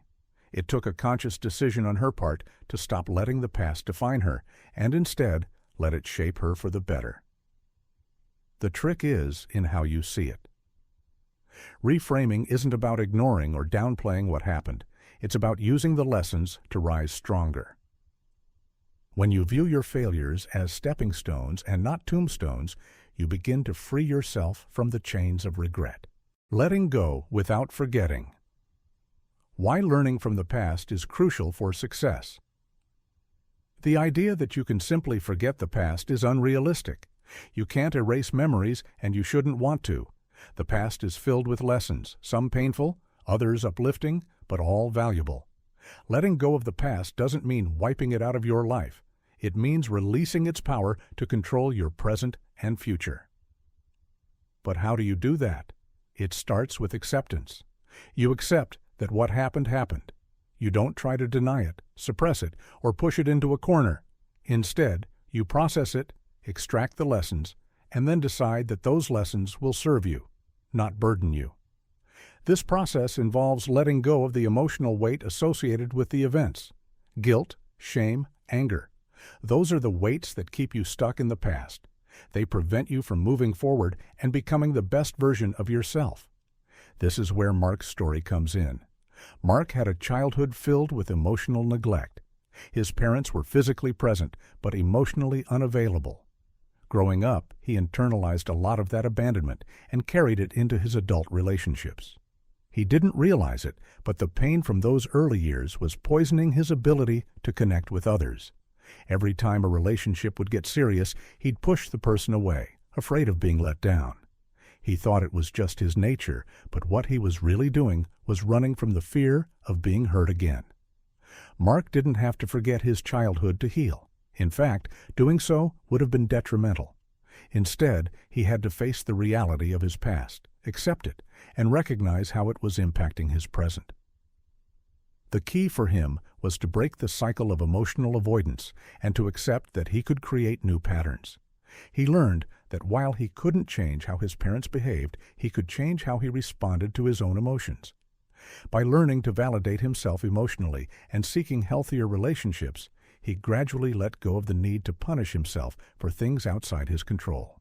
Letting go without forgetting means acknowledging the truth of what happened, then choosing to no longer let it control your actions.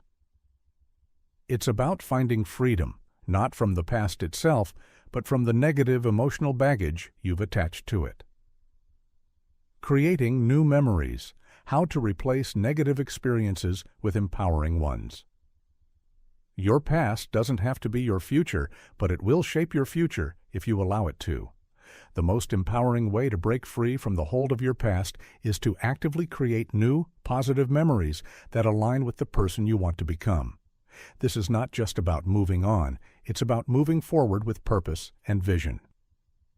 Imagine your life as a book. Each day is a new page, and you're the author. The question is, what kind of story are you writing? Are you stuck in a chapter that's already been written, or are you creating a fresh narrative that excites you? Take Tom, for instance. He had spent years in toxic work environments, and those experiences had left deep scars. He felt trapped, unable to break free from the negative programming those experiences had instilled in him. But one day, he decided to stop living in the shadows of his past. He consciously set out to create new, empowering memories. He joined a community of like-minded individuals who inspired him. He began a new hobby that had always intrigued him, and he redefined his work life by setting boundaries and working with people who shared his values. Every new experience was a conscious choice to rewrite his story. Tom's journey wasn't just about healing from the past, it was about creating something new. His future was no longer about escaping old wounds. It was about stepping into a new version of himself that had learned from the past, but wasn't defined by it. The key to building a healthier relationship with the past is in how you choose to view it. The past will always be there, but you don't have to let it dictate your life. It can serve as a tool for growth, as a reminder of what you've survived, and as a guide for what you can achieve. The power isn't in forgetting, but in using your past to create something stronger, wiser, and more capable of tackling the challenges ahead. Your past doesn't define you, but how you use it will. So it's time to make the choice. Will you allow your past to hold you back, or will you transform it into a foundation for your success? The choice is yours. Chapter 5. Building Unshakable Confidence. The root of confidence. Self-awareness. Confidence is often misunderstood. It's a quality we admire in others, yet it seems elusive for many of us.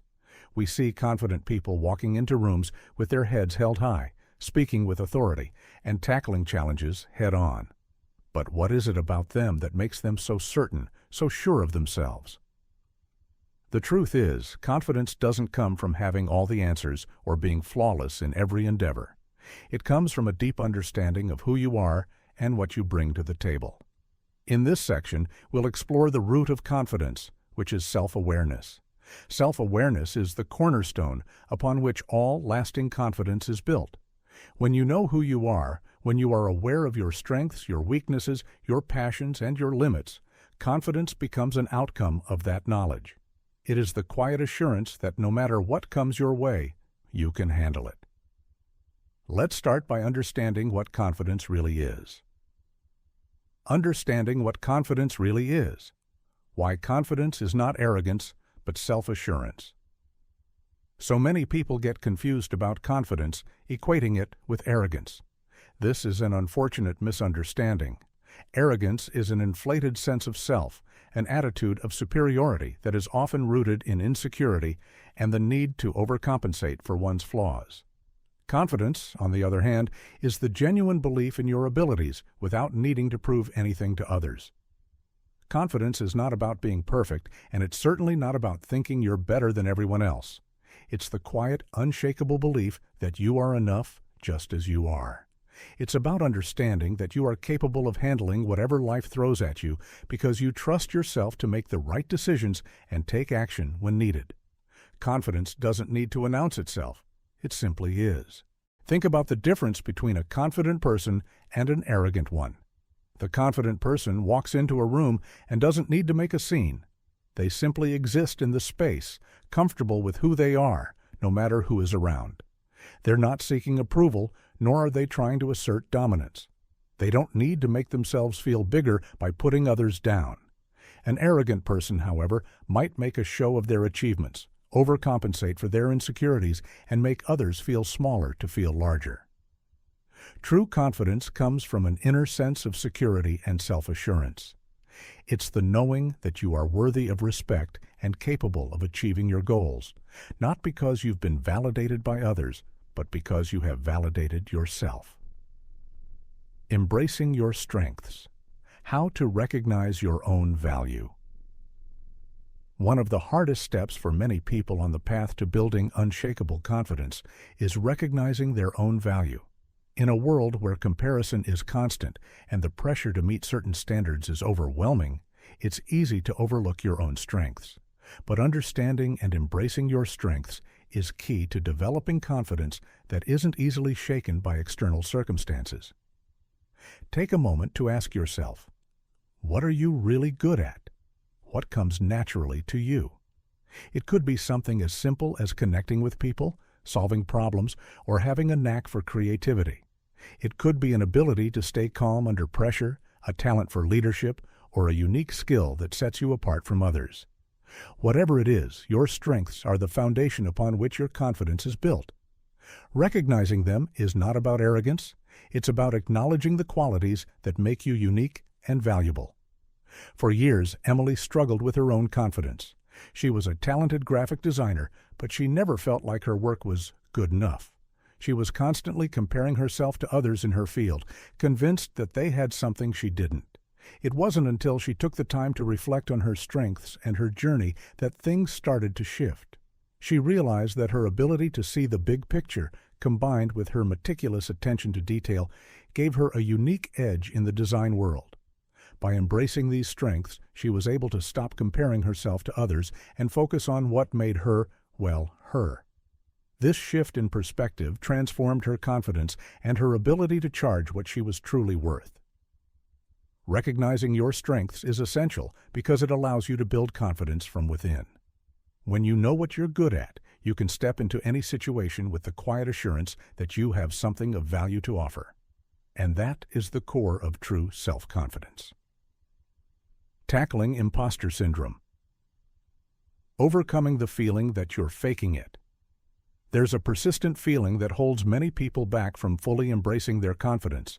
Imposter syndrome. It's that nagging voice that tells you you're not good enough, that you're faking it, and that you don't truly belong in the spaces you occupy. Imposter syndrome doesn't discriminate. It affects high achievers, creatives, and professionals alike. But the truth is, it's a normal part of the human experience. The key is not to let it control you. Imposter syndrome often arises when we feel like we're not measuring up to some standard or that we're going to be found out as a fraud. It can be debilitating, preventing us from stepping into opportunities or claiming the success we've earned. The reality is, everyone experiences self-doubt from time to time, especially when faced with new challenges or unfamiliar environments. But confidence doesn't mean never feeling insecure. It means not letting those feelings control your actions. Sarah had a great job at a top tech company, but every time she had to present in front of a room full of executives, she felt like a fraud. "They'll find out I don't know everything," she would think. "I'm not as smart as they think I am." This internal narrative held her back, even though her work spoke for itself.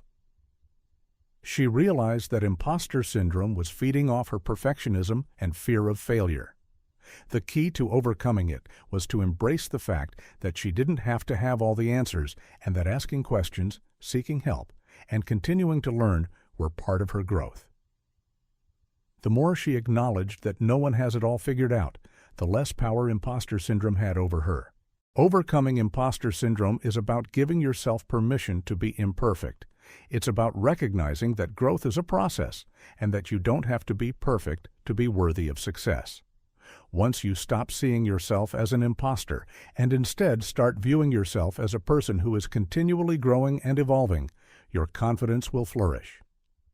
Building unshakable confidence doesn't happen overnight, but it's a journey worth embarking on. It starts with understanding that confidence isn't about pretending to be something you're not.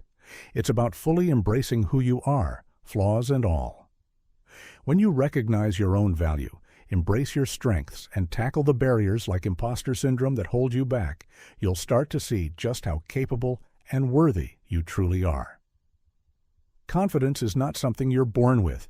It's something you create, one step at a time, by becoming more self-aware, accepting yourself, and believing in your ability to rise to any challenge. The more you work on building your confidence, the more unshakable it will become. The foundation for this journey begins with self-awareness, the key to unlocking your full potential. Building unshakable confidence. Developing mental toughness. Building unshakable confidence requires more than just understanding who you are and recognizing your strengths.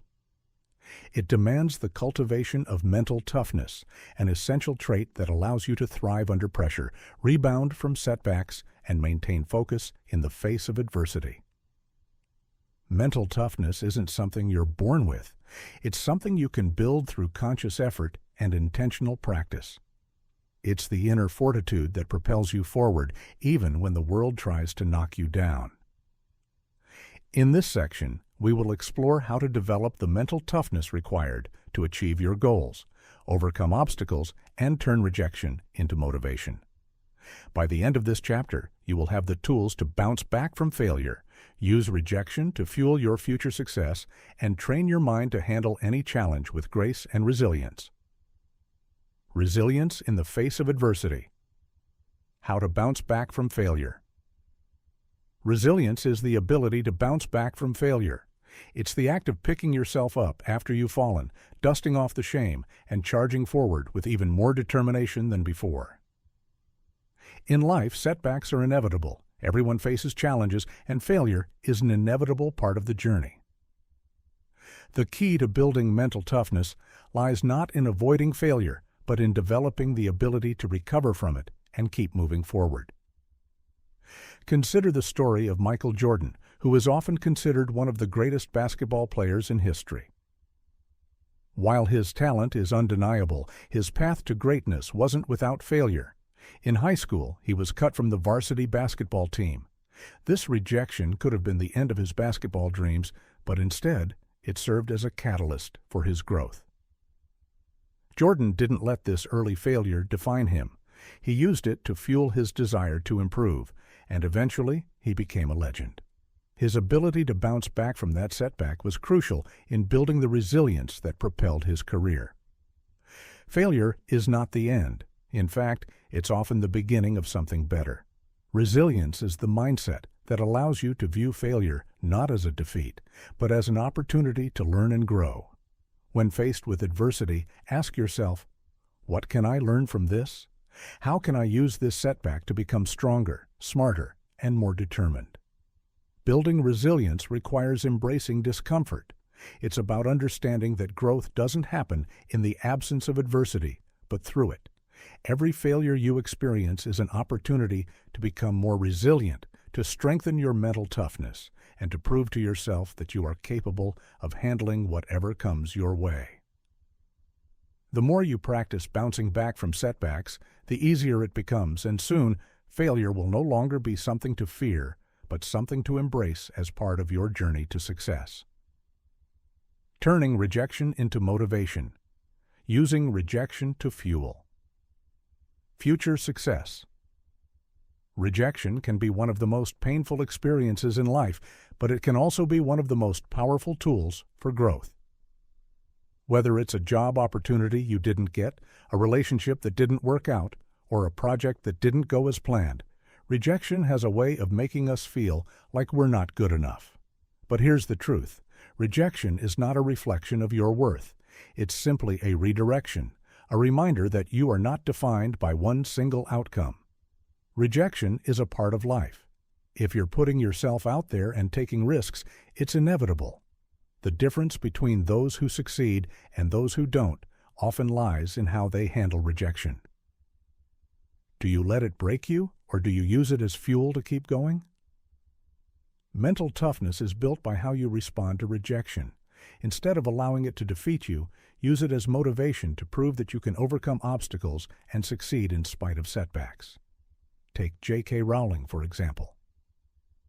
Before Harry Potter became a global phenomenon, Rowling faced rejection after rejection from publishers. In fact, her manuscript was rejected by 12 different publishers before it was finally accepted by Bloomsbury.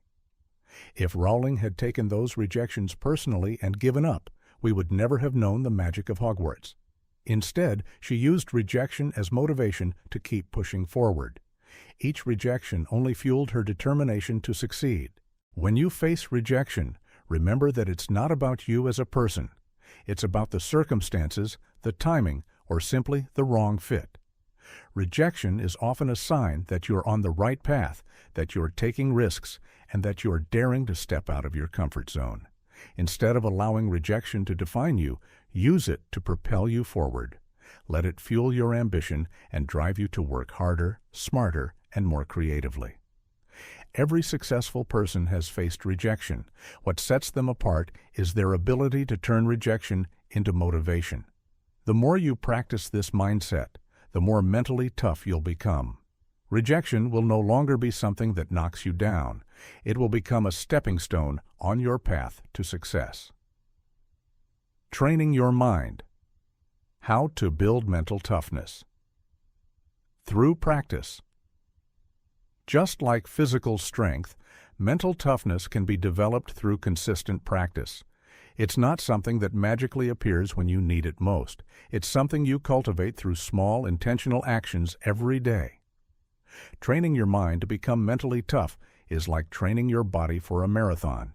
It requires discipline, focus, and the willingness to push yourself beyond your comfort zone. One of the most effective ways to build mental toughness is through mindfulness. Mindfulness is the practice of being present in the moment, without judgment, and without being overwhelmed by your emotions. It allows you to respond to challenges with clarity and composure, rather than reacting impulsively out of fear or frustration. By training your mind to stay focused and calm, you become more resilient in the face of adversity. Another powerful tool for building mental toughness is visualization. Top athletes and successful entrepreneurs have long used the technique of visualization to achieve their goals. Visualization involves mentally rehearsing success before it happens. By visualizing yourself succeeding, whether it's landing a big client, acing a presentation, or winning a competition, you prepare your mind for success. This not only boosts your confidence, but also strengthens your mental toughness by creating a positive mental image of your abilities. Finally, building mental toughness requires pushing through discomfort. It's about practicing self-discipline and taking action even when you don't feel like it. Whether it's waking up early to work on a project, sticking to your fitness routine, or continuing to work on a difficult task, mental toughness is developed by consistently showing up even when it's hard. The more you push through discomfort, the more you train your mind to handle adversity with strength and resilience. Developing mental toughness isn't easy, but it's incredibly rewarding.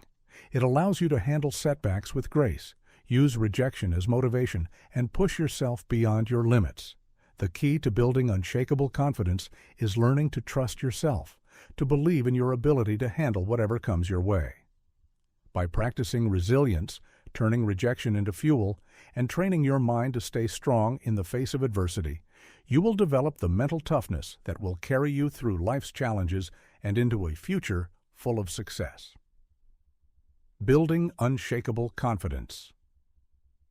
Reinventing. Your self-image. Self-image isn't something static. It's fluid, always evolving. It's the lens through which we view ourselves, and how we see ourselves directly impacts how the world sees us. When we set out to build unshakable confidence, one of the most powerful steps is to reinvent our self-image. This is not just about changing how others see you. It's about transforming how you perceive yourself, how you carry yourself, and how you engage with the world. It's about crafting a vision of your ideal self and then aligning your actions, thoughts, and behavior to match that vision.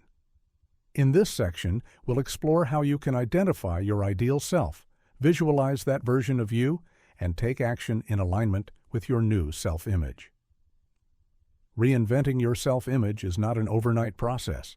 It takes time, effort, and consistent practice, but the results are transformative. A reinvention of self-image allows you to unlock a version of yourself that is unshakable in confidence, committed to growth, and unstoppable in pursuit of your goals. Identifying your ideal self. How to create a clear vision of the person you want to become. The first step in reinventing your self-image is identifying your ideal self. Think of this as creating a blueprint for the person you want to become. This person may not exist yet, but she or he is who you aspire to be, someone who embodies the qualities, behaviors, and mindset you desire to have. If you're looking to build unshakable confidence, you need a crystal clear picture of what that looks like in your life. This process of identifying your ideal self starts with self-reflection. Ask yourself, what kind of person do I want to be in the future? What qualities do I admire in others that I wish to cultivate within myself? Do you want to be more assertive, more self-assured? Perhaps you long to become more compassionate, creative, or resilient. The answers to these questions will help you clarify the traits and behaviors that are essential to your ideal self. Let's take a moment to think of someone you admire, perhaps someone who exudes confidence in every room they enter. Now think about the specific attributes that make them stand out. Is it their ability to speak with certainty? Their unwavering posture? The way they handle failure with grace and determination? The more you analyze and break down the qualities of this person, the more you'll start to recognize the patterns that define a confident individual. Once you've identified the qualities you want to embody, the next step is to ask, who am I now, and how do I need to evolve? It's not about beating yourself up for not being there yet. It's about acknowledging where you are currently and taking the necessary steps to become the version of yourself you desire. Creating a clear vision of your ideal self is the foundation for your transformation. Without it, your efforts to build confidence will lack direction. The power of visualization, using mental imagery to shape your reality. Now that you've identified your ideal self, the next tool in your arsenal for building unshakable confidence is visualization. Visualization is a technique that athletes, performers, and high achievers have used for decades to boost their confidence, stay focused, and enhance their performance. It's the practice of using mental imagery to create a vivid picture of your desired outcomes and rehearse success before it happens. Imagine for a moment that you are the confident, powerful version of yourself you just envisioned. Close your eyes and see yourself embodying those traits. Picture yourself walking into a room with your head held high, speaking with clarity, and handling challenges with grace. Visualize how you feel in this ideal state, how your confidence radiates from within, and how others are drawn to your energy. This isn't just daydreaming, it's rewiring your brain. When you consistently visualize yourself as your ideal self, your brain starts to believe it. Just like a physical rehearsal, mental imagery allows your mind to practice actions and reactions, conditioning it to perform in alignment with your vision. This builds neural pathways that strengthen your belief in your abilities. The more you see yourself as the confident person you want to be, the more you begin to act in accordance with that self-image. Visualization can be done at any time. It could be first thing in the morning as part of your daily routine, right before bed, or even during moments of self-doubt. It's especially effective when you're about to face a challenging situation. Before stepping into a meeting, presentation, or difficult conversation, take a few moments to visualize yourself handling it with poise and confidence. Picture the positive outcome. See yourself succeeding. This simple practice will shift your mindset and provide you with the confidence you need to perform at your best. Taking action to reinvent yourself. The importance of acting in alignment with your new self-image. Visualization is powerful, but it's not enough on its own. The final piece of the puzzle in reinventing your self-image is action.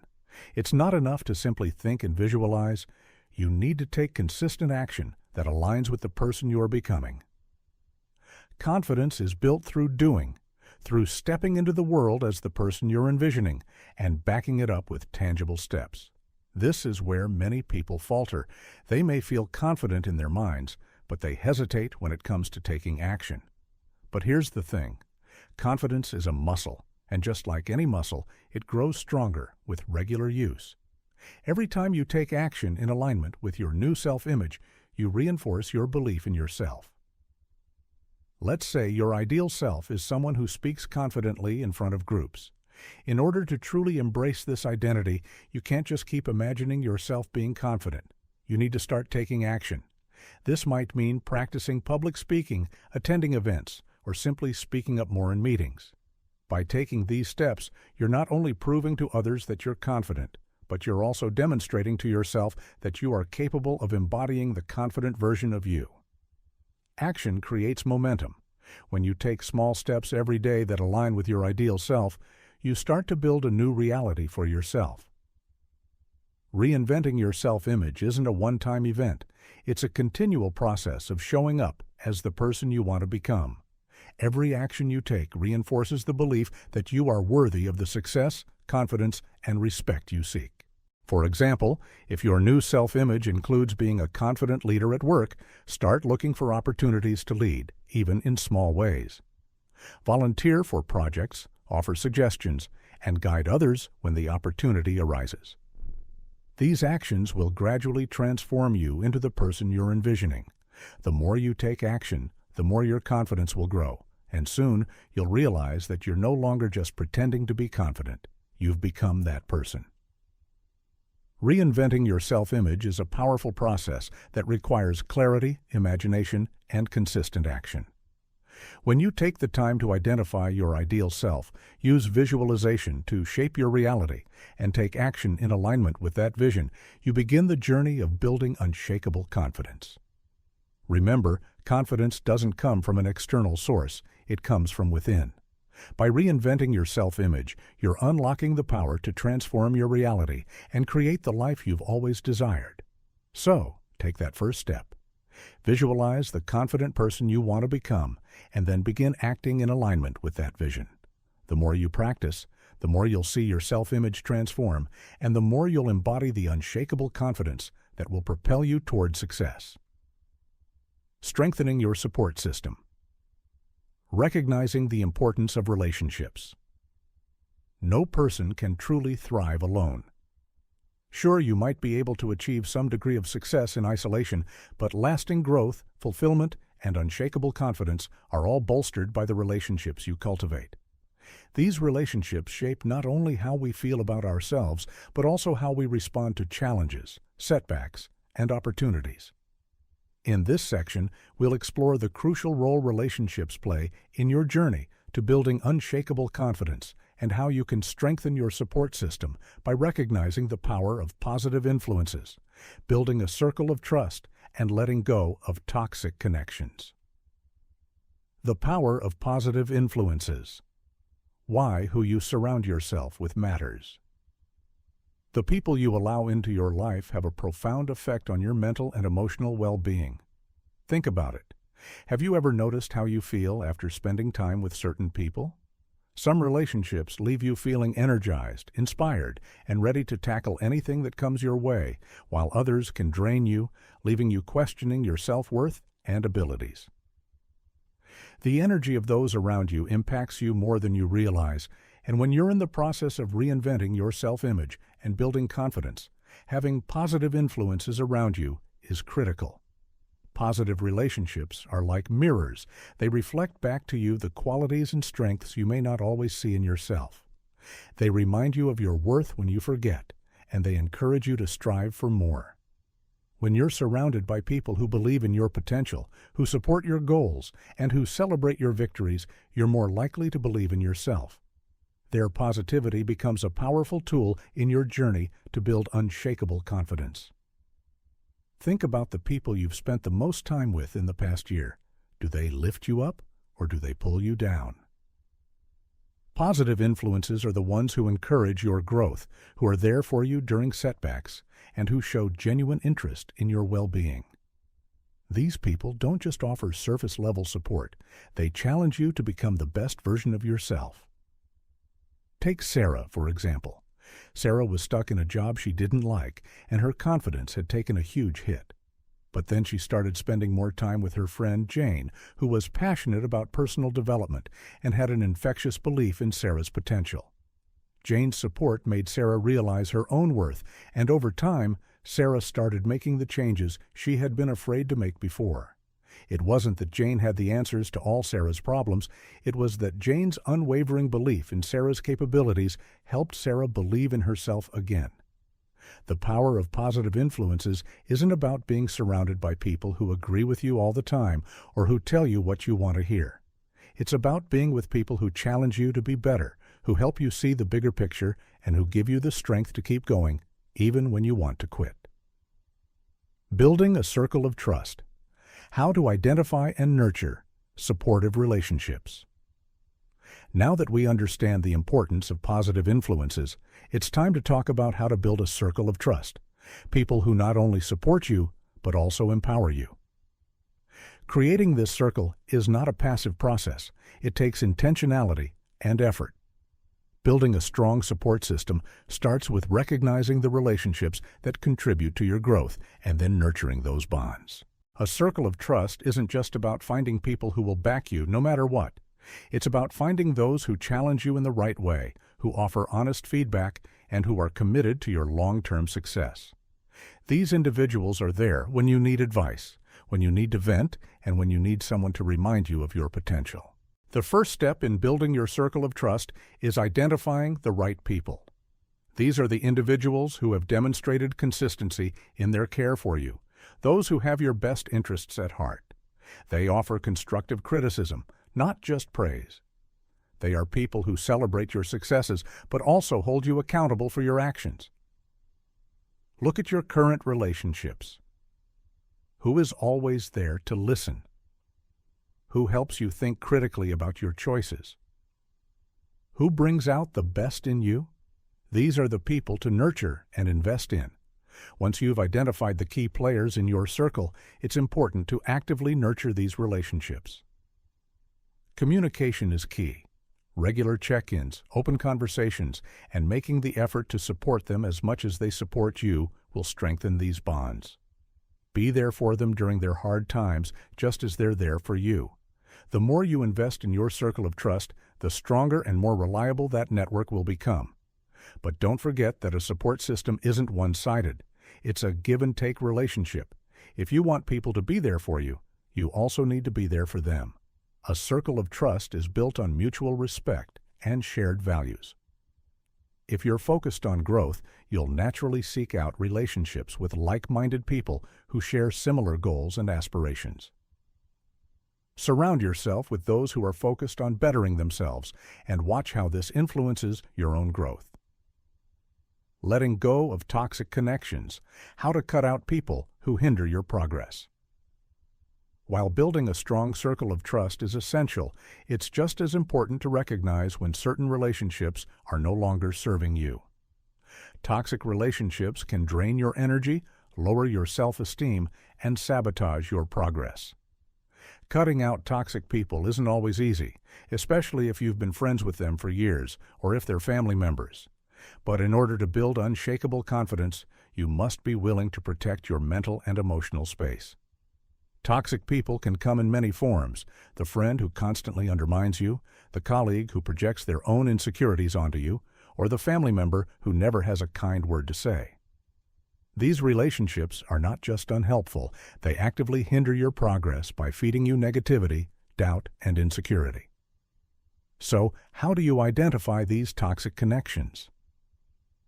The key is to pay attention to how you feel after interacting with them. Do you feel drained, belittled, or unworthy? Or do you feel supported, motivated, and empowered? Toxic relationships often leave you feeling small and questioning yourself, while healthy relationships make you feel capable and supported. Once you identify toxic relationships, it's time to let them go, or at the very least, establish clear boundaries. This can be one of the most difficult parts of strengthening your support system because it requires confronting uncomfortable truths. You may have to make the hard decision to distance yourself from people who have been in your life for a long time. But if those relationships are holding you back, it's time to move on. Setting boundaries is a critical step here. You don't have to cut these people out completely, but you do need to limit their influence in your life.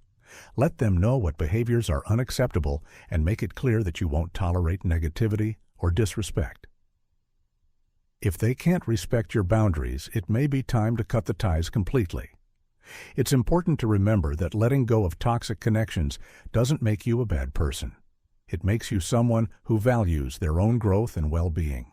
Surrounding yourself with people who genuinely support you, lift you up, and push you to be your best is not just a luxury.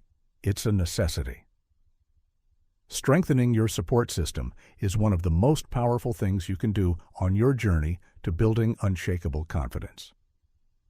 The relationships you cultivate have the potential to shape your mindset, elevate your growth, and protect your emotional well-being. By surrounding yourself with positive influences, building a circle of trust, and letting go of toxic connections, you're creating an environment where you can thrive. Remember, you are the sum of the people you spend the most time with, so choose wisely. When you build a network that uplifts and challenges you, there's no limit to what you can achieve. Strengthening your support system. Seeking mentorship and guidance. Success rarely happens in isolation. Sure, you can grind your way through challenges, put in countless hours of work and get some results. But the shortcut to achieving true growth often lies in seeking mentorship and guidance. The right mentor can accelerate your progress, provide invaluable insights, and help you avoid the pitfalls that others have already experienced. In this section, we'll explore the value of mentorship, how to find the right guide, and how to use feedback as a powerful tool for your growth. The value of learning from others. Why mentorship is a shortcut to success. Mentorship is one of the most powerful tools you can have in your personal and professional development arsenal. You don't have to reinvent the wheel, and you don't have to figure everything out from scratch. There are people who've been through the exact struggles you're facing, and they've come out on the other side with valuable lessons to share. Mentorship isn't just about having someone hold your hand through every decision. It's about learning from the mistakes and triumphs of others to save yourself time, money, and energy. Think about it. If someone's already been where you want to go and can show you the shortcuts and strategies they used to get there, why wouldn't you take advantage of that knowledge? The reality is that learning from others accelerates your success because it gives you a proven roadmap. Sure, you could take the scenic route and figure things out on your own, but why make unnecessary mistakes when there are people out there ready to guide you? The true value of mentorship comes from having someone who has a wealth of experience, who's willing to share it with you, and who has a genuine interest in seeing you succeed. A good mentor provides perspective and clarity when you're stuck, helps you make sense of your struggles, and challenges you to keep pushing even when things feel tough. They don't just tell you what to do, they help you think critically about your decisions and actions. Consider the story of Michael, an aspiring entrepreneur who had big dreams but felt lost in the maze of startup challenges. His mentor, Daniel, had been through the same journey years ago. Instead of Michael spending years learning through trial and error, Daniel was able to offer him shortcuts, tips on how to structure a business plan, how to approach investors, and how to manage setbacks. With Daniel's guidance, Michael was able to avoid several mistakes that would have cost him dearly. The mentorship didn't just save him time, it gave him the confidence to take bold action. That's the power of mentorship. It gives you confidence, clarity, and a head start on your journey. Finding the right mentor. How to choose someone who will guide you effectively. Finding the right mentor isn't always as simple as it sounds. Mentorship requires a deep level of trust, compatibility, and a willingness to learn.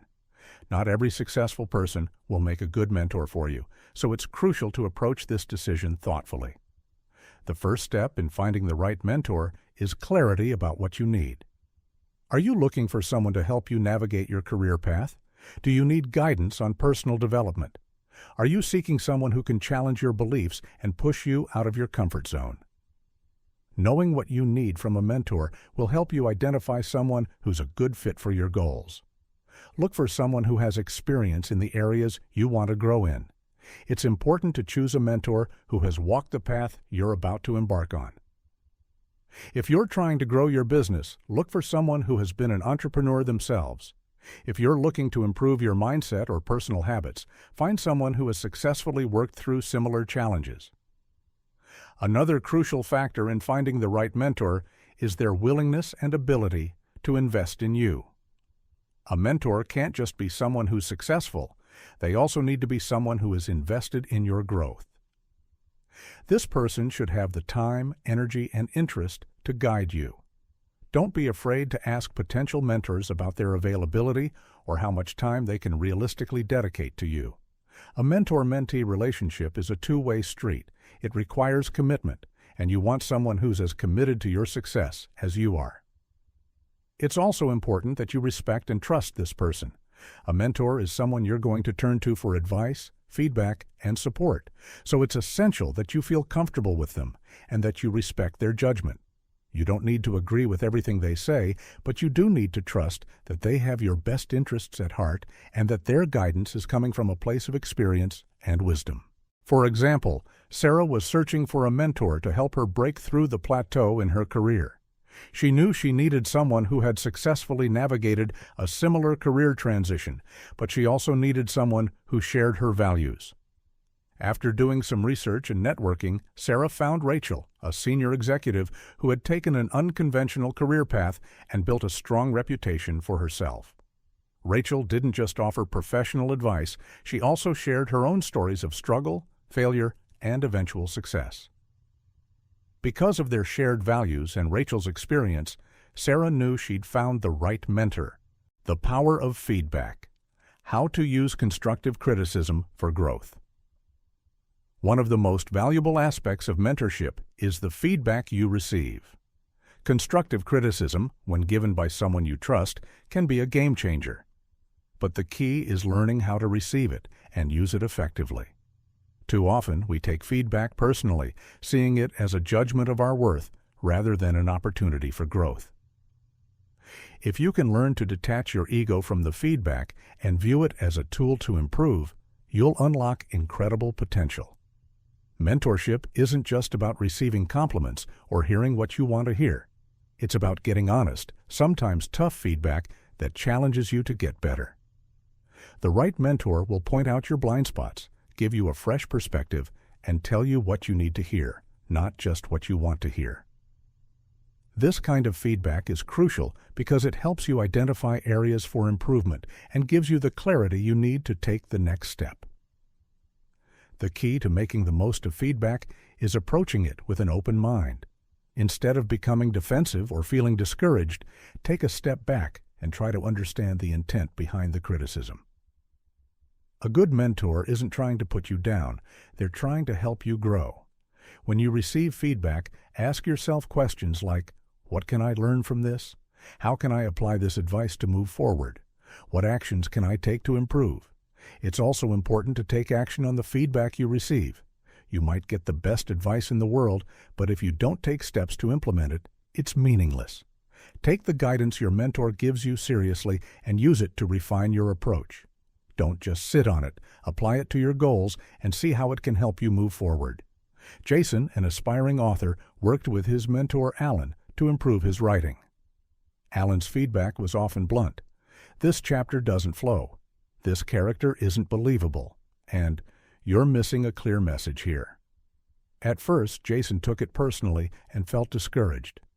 But over time, he learned to embrace Alan's feedback, using it to make his writing stronger and his stories more impactful. Today, Jason is a published author with several best-selling books to his name. He attributes much of his success to his willingness to take Alan's criticism and apply it to his work. Mentorship is one of the most powerful tools you can use to strengthen your support system and accelerate your growth. When you find the right mentor, you gain access to a wealth of knowledge, experience, and perspective that can save you time, prevent mistakes, and push you to achieve more than you ever thought possible.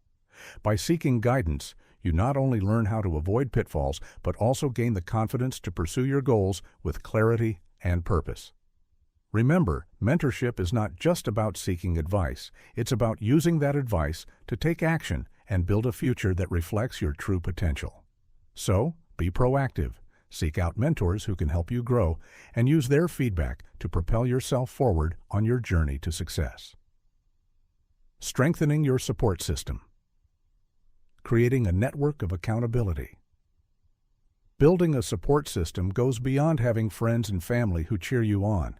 It's about creating a structure that ensures you don't just dream, but also do. Accountability is the key that turns intentions into actions. It's easy to make promises to yourself, but it's a different ballgame when you have someone else watching, waiting, and checking in on your progress. In this section, we'll explore how to create a network of accountability that will propel you toward success, help you stick to your goals, and ultimately create lasting change. Accountability as a catalyst for change. Why accountability? Partners keep you on track. Imagine setting a goal to lose weight, start a new business, or write a book. In the early stages, motivation is high. But what happens when life throws a curveball? What happens when things get hard, when doubt creeps in, or when distractions pull you off course? This is where accountability partners come in. Having someone who is not only aware of your goals but also actively checking in on your progress creates an external source of pressure, one that makes it harder to give up when the going gets tough. Accountability is more than just having someone to remind you of your commitments. It's about creating a relationship that motivates you to stay true to your word. When you know someone else is counting on you to follow through, there's a sense of responsibility that drives you to keep going, even when you'd rather quit. This isn't about someone berating you for missing a deadline or letting you off the hook when you fall short. True accountability is about building trust with someone who holds you to the standard you've set for yourself, even when you forget to do so. Take, for example, Alex, a young professional who was determined to get in shape. He set a goal to work out 5 days a week, but struggled to stay consistent. Despite his best intentions, he found every excuse in the book to skip his workouts, until his friend Mike offered to hold him accountable.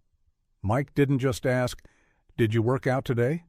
He checked in, offered encouragement, and even scheduled workouts with Alex so they could train together. Knowing that Mike was expecting him to show up made Alex put in the effort, even when he didn't feel like it. Over time, the accountability partnership shifted Alex's mindset, making him less likely to skip workouts and more determined to meet his goals. Accountability turns your intentions into actions by creating a system that rewards consistency.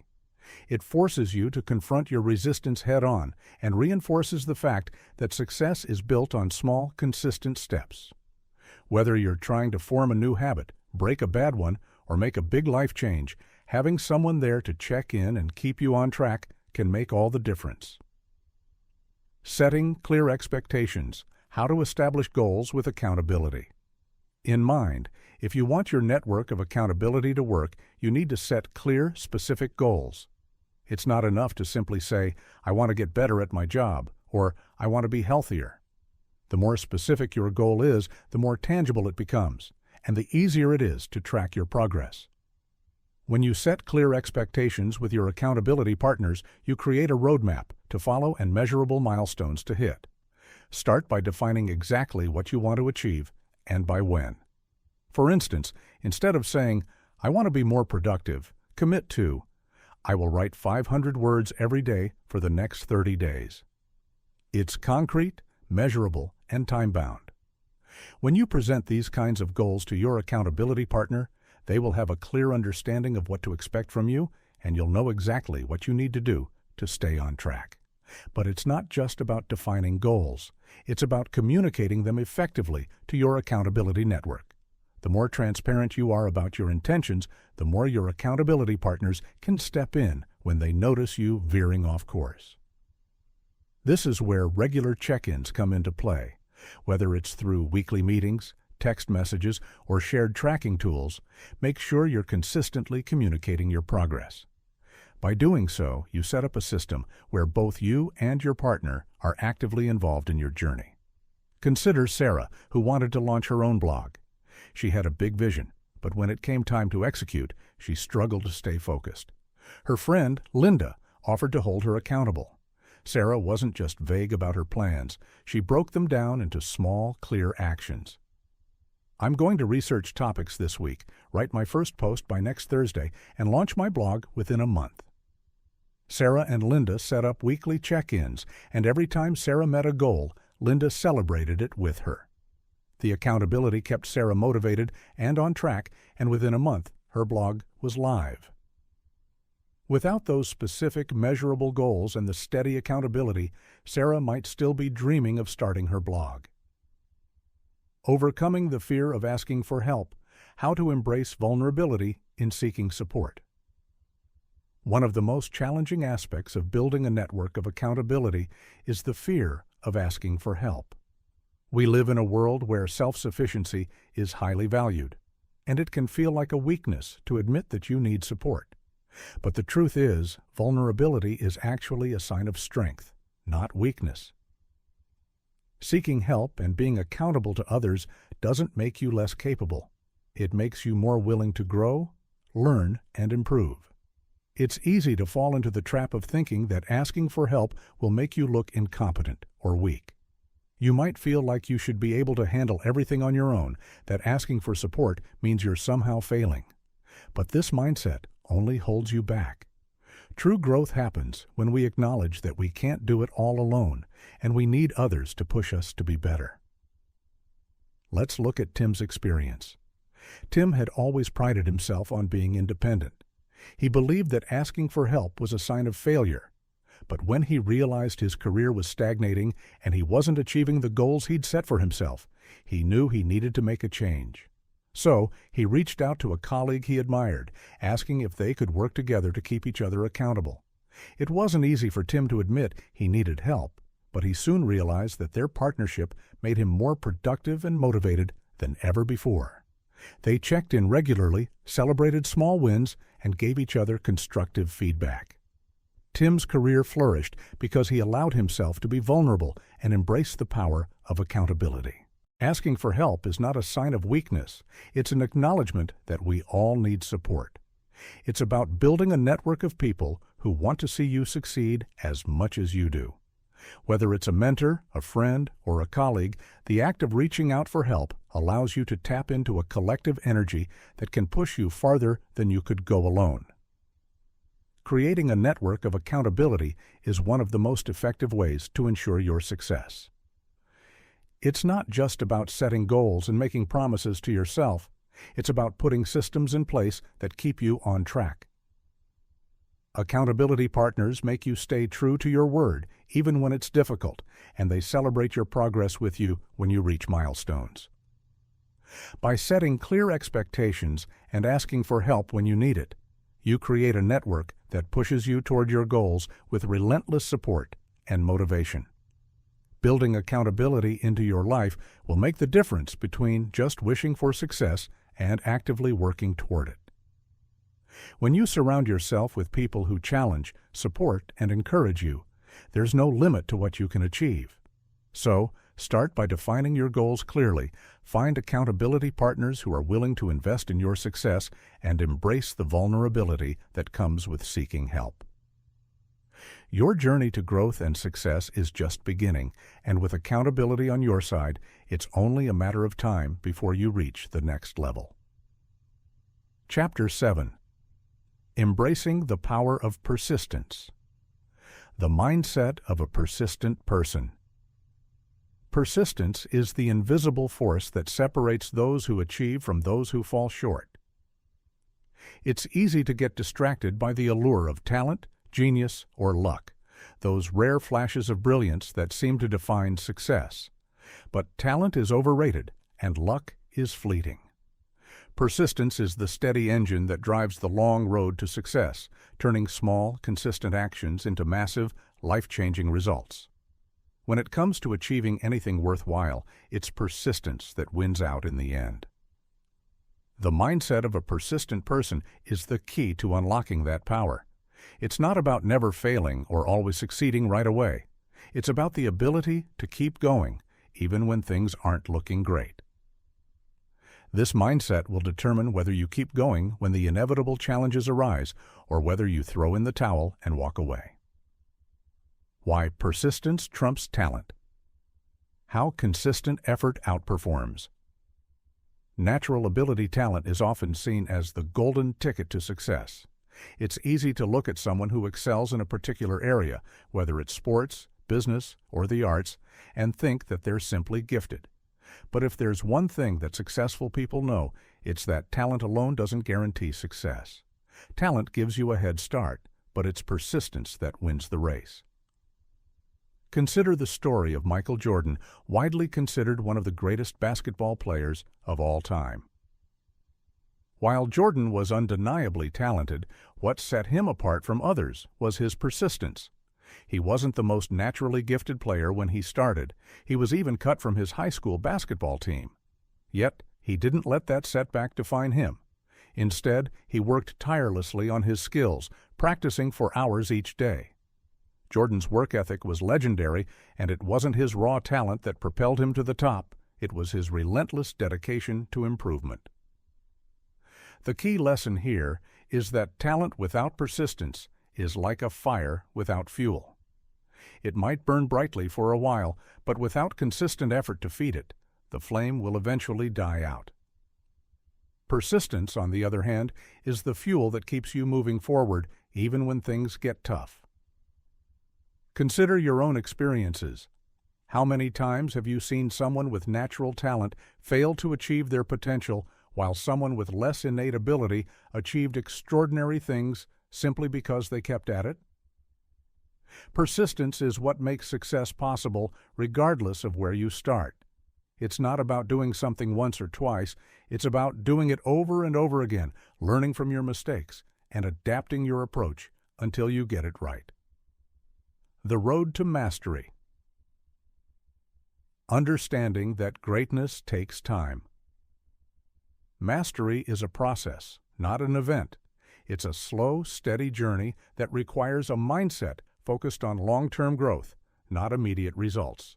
We live in a world of instant gratification where we expect to see results quickly.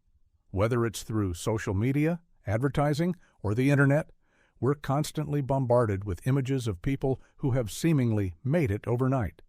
But behind every success story, there are years of hard work and persistence that most people don't see. The road to mastery is a long one, and it's filled with challenges, setbacks, and obstacles. However, it's also the road that leads to greatness. This is something that the most successful people in history understand. They know that mastery takes time, and they embrace that journey fully, without rushing through the process. Take the example of J.K. Rowling, the author of the Harry Potter series. Before she became one of the world's most successful authors, Rowling faced rejection after rejection. Her manuscript for Harry Potter and the Philosopher's Stone was turned down by 12 publishers before it was finally accepted. But instead of giving up, she persisted. She understood that greatness takes time, and she was willing to embrace the struggle. If she had quit after the first rejection, or the 12th, she never would have become the literary phenomenon that she is today. Rowling's story is a powerful reminder that the path to mastery is often littered with obstacles, but it's those who stay the course despite the setbacks who ultimately achieve greatness. In every field, whether it's writing, music, entrepreneurship, or sports, the journey to mastery requires a willingness to put in the time and effort, even when progress seems slow or non-existent. It's important to remember that no one becomes great overnight. The skills you need to master take time to develop, and it's through the process of trial and error that you refine your abilities. The more you practice, the better you become. The more you persist, the closer you get to mastery. Staying the course. How to maintain focus. Even when progress is slow. Persistence isn't just about working hard, it's about staying focused, especially when the results aren't immediate. This is one of the most challenging aspects of persistence, remaining committed to the process when things aren't progressing as quickly as you would like. It's easy to feel disheartened when you don't see progress, but that's when your persistence is tested the most. The key to staying the course is to embrace the process, not just the outcome. When you focus only on the end goal, it's easy to become frustrated when you don't reach it as quickly as you'd hoped. But if you can learn to enjoy the journey, the small victories, the incremental progress, you'll find that the road to success becomes much more rewarding. One strategy for staying focused is to break down big goals into smaller, more manageable tasks. If you're working toward a large goal, it can feel overwhelming to think about how far you still have to go. But if you break that goal down into smaller milestones, it becomes easier to stay motivated. Each small step you take brings you closer to your ultimate goal, and celebrating those small victories along the way can help you maintain your focus. Another important aspect of staying the course is remembering why you started in the first place. When you encounter setbacks or challenges, it's easy to forget the passion and purpose that fueled your decision to pursue your goal. Reconnecting with your why can reignite your motivation and remind you of the bigger picture. Keep your purpose at the forefront of your mind and let it fuel your persistence, especially during the toughest times. Remember, persistence isn't about avoiding failure, it's about embracing failure as part of the process. Failure is inevitable on the road to success, but it's also an opportunity to learn, grow, and adjust your approach. Instead of seeing failure as a reason to quit, see it as a stepping stone to success. Each time you fail and get back up, you build resilience and make progress toward your ultimate goal. The mindset of a persistent person is the foundation for achieving anything worthwhile. It's about recognizing that success isn't defined by talent or instant results, but by the ability to keep moving forward even when progress seems slow or uncertain.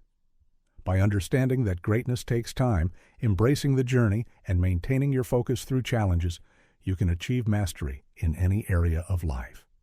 Persistence isn't just a characteristic, it's a mindset that you can cultivate. And with that mindset, you can achieve the goals you set, no matter how big or difficult they may seem. Keep going, even when the road is tough. Keep pushing forward, even when you don't see immediate results. Because in the end, persistence is what will get you where you want to go. Embracing the power of persistence. Turning failures into lessons. Failure is an inevitable part of any journey toward success. The difference between those who rise above it and those who are crushed by it comes down to one thing: perspective. How you interpret failure, how you respond to setbacks, and how you use those experiences to fuel your future success is what sets successful people apart. The most successful individuals in the world have all experienced failure, but instead of letting it defeat them, they embraced it as a lesson, a stepping stone, a guide to a better future. They've learned to turn their failures into lessons. Learning from failure is not about wallowing in self-pity or denying the pain of the setback. It's about extracting valuable insights from every experience, both the triumphs and the mistakes. And once you've absorbed the lessons, it's about using them to rebuild stronger than before. Learning from every setback. How to extract valuable lessons from failure. When you experience failure, it's easy to view it as a dead end, an insurmountable obstacle that marks the end of your journey. But that's a limited perspective. The truth is, failure is a teacher, and its lessons are often the most profound and impactful ones you'll ever learn. Imagine the story of Thomas Edison, who famously failed over 1,000 times before inventing the light bulb. When asked about his many failed attempts, Edison didn't see them as failures at all. Instead, he viewed them as learning experiences. He said, "I have not failed. I've just found 1,000 ways that won't work." For Edison, each failed attempt was a step closer to finding the solution. His ability to learn from his setbacks and keep moving forward eventually led him to one of the greatest inventions in history. The first step in turning failure into a lesson is to stop seeing it as something negative. Failure doesn't define you unless you let it. Instead, look at it as feedback. It's telling you something you need to understand in order to move forward. Ask yourself, what went wrong? What can I learn from this? What will I do differently next time? Many of us shy away from failure because we're afraid of being judged, of looking weak or incompetent. But the most successful people in the world embrace failure because they understand that it's part of the process.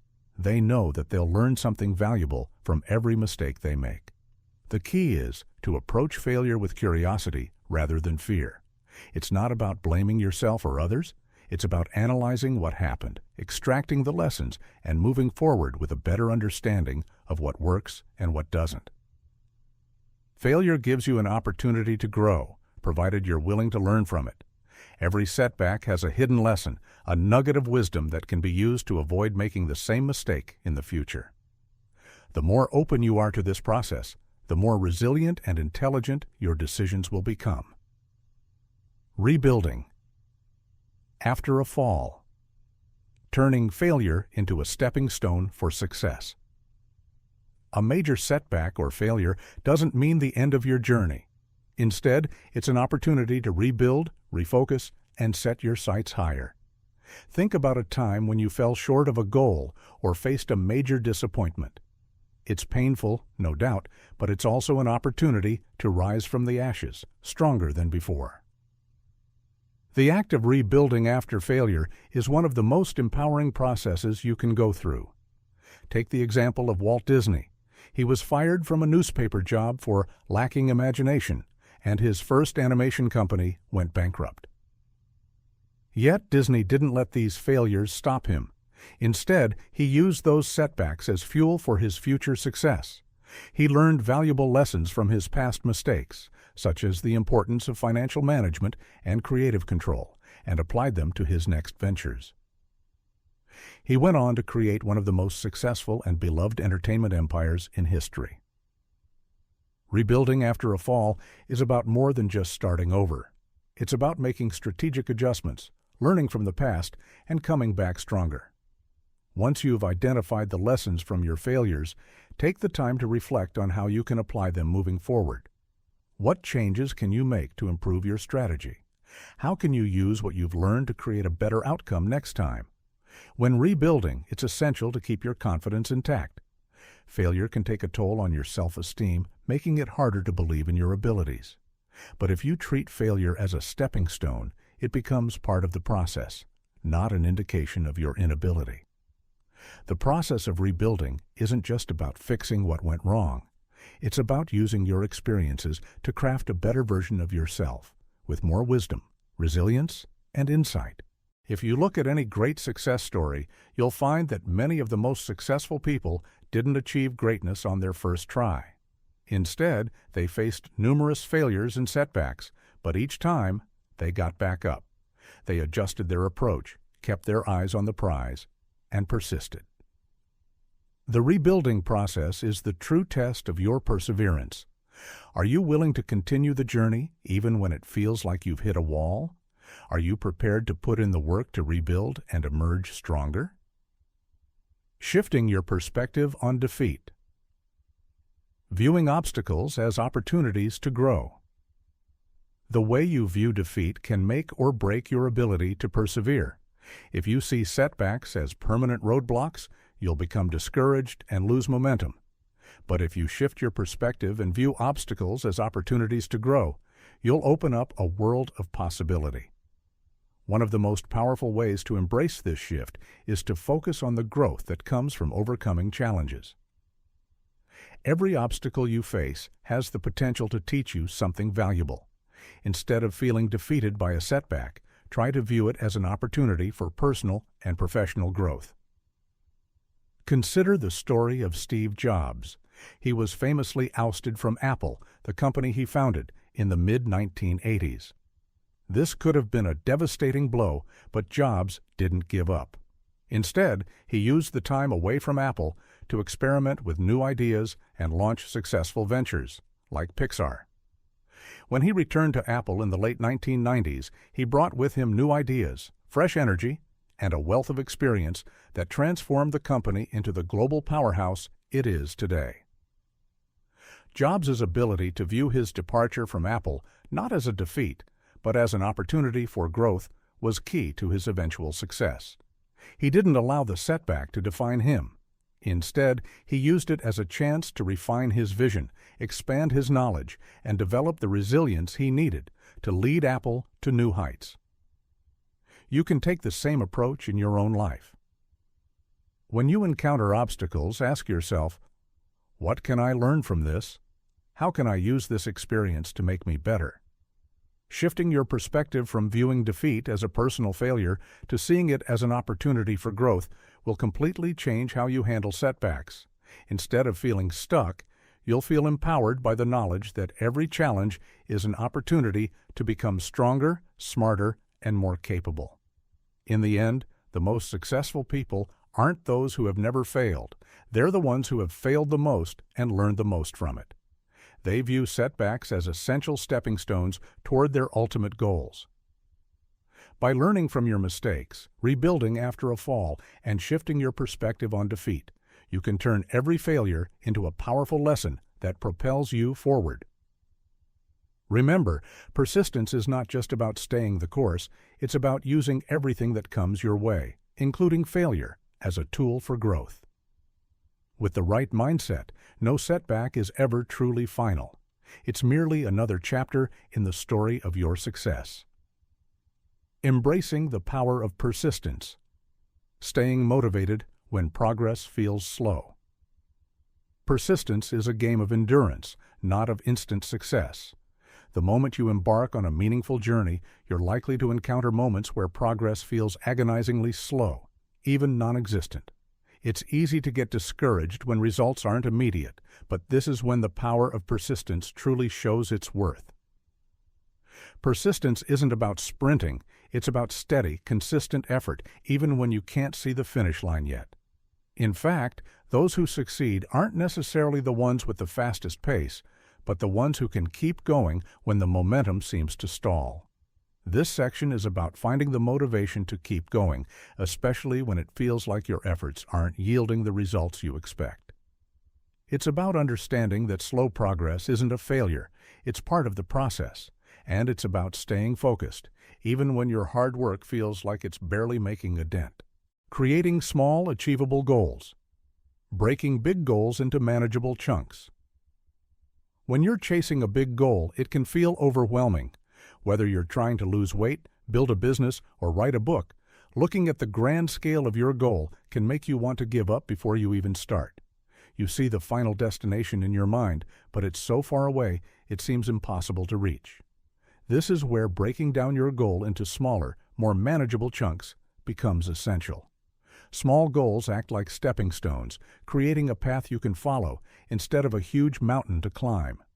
The truth is, it's far easier to stay motivated when you're not focusing on an enormous goal that feels like it's light years away.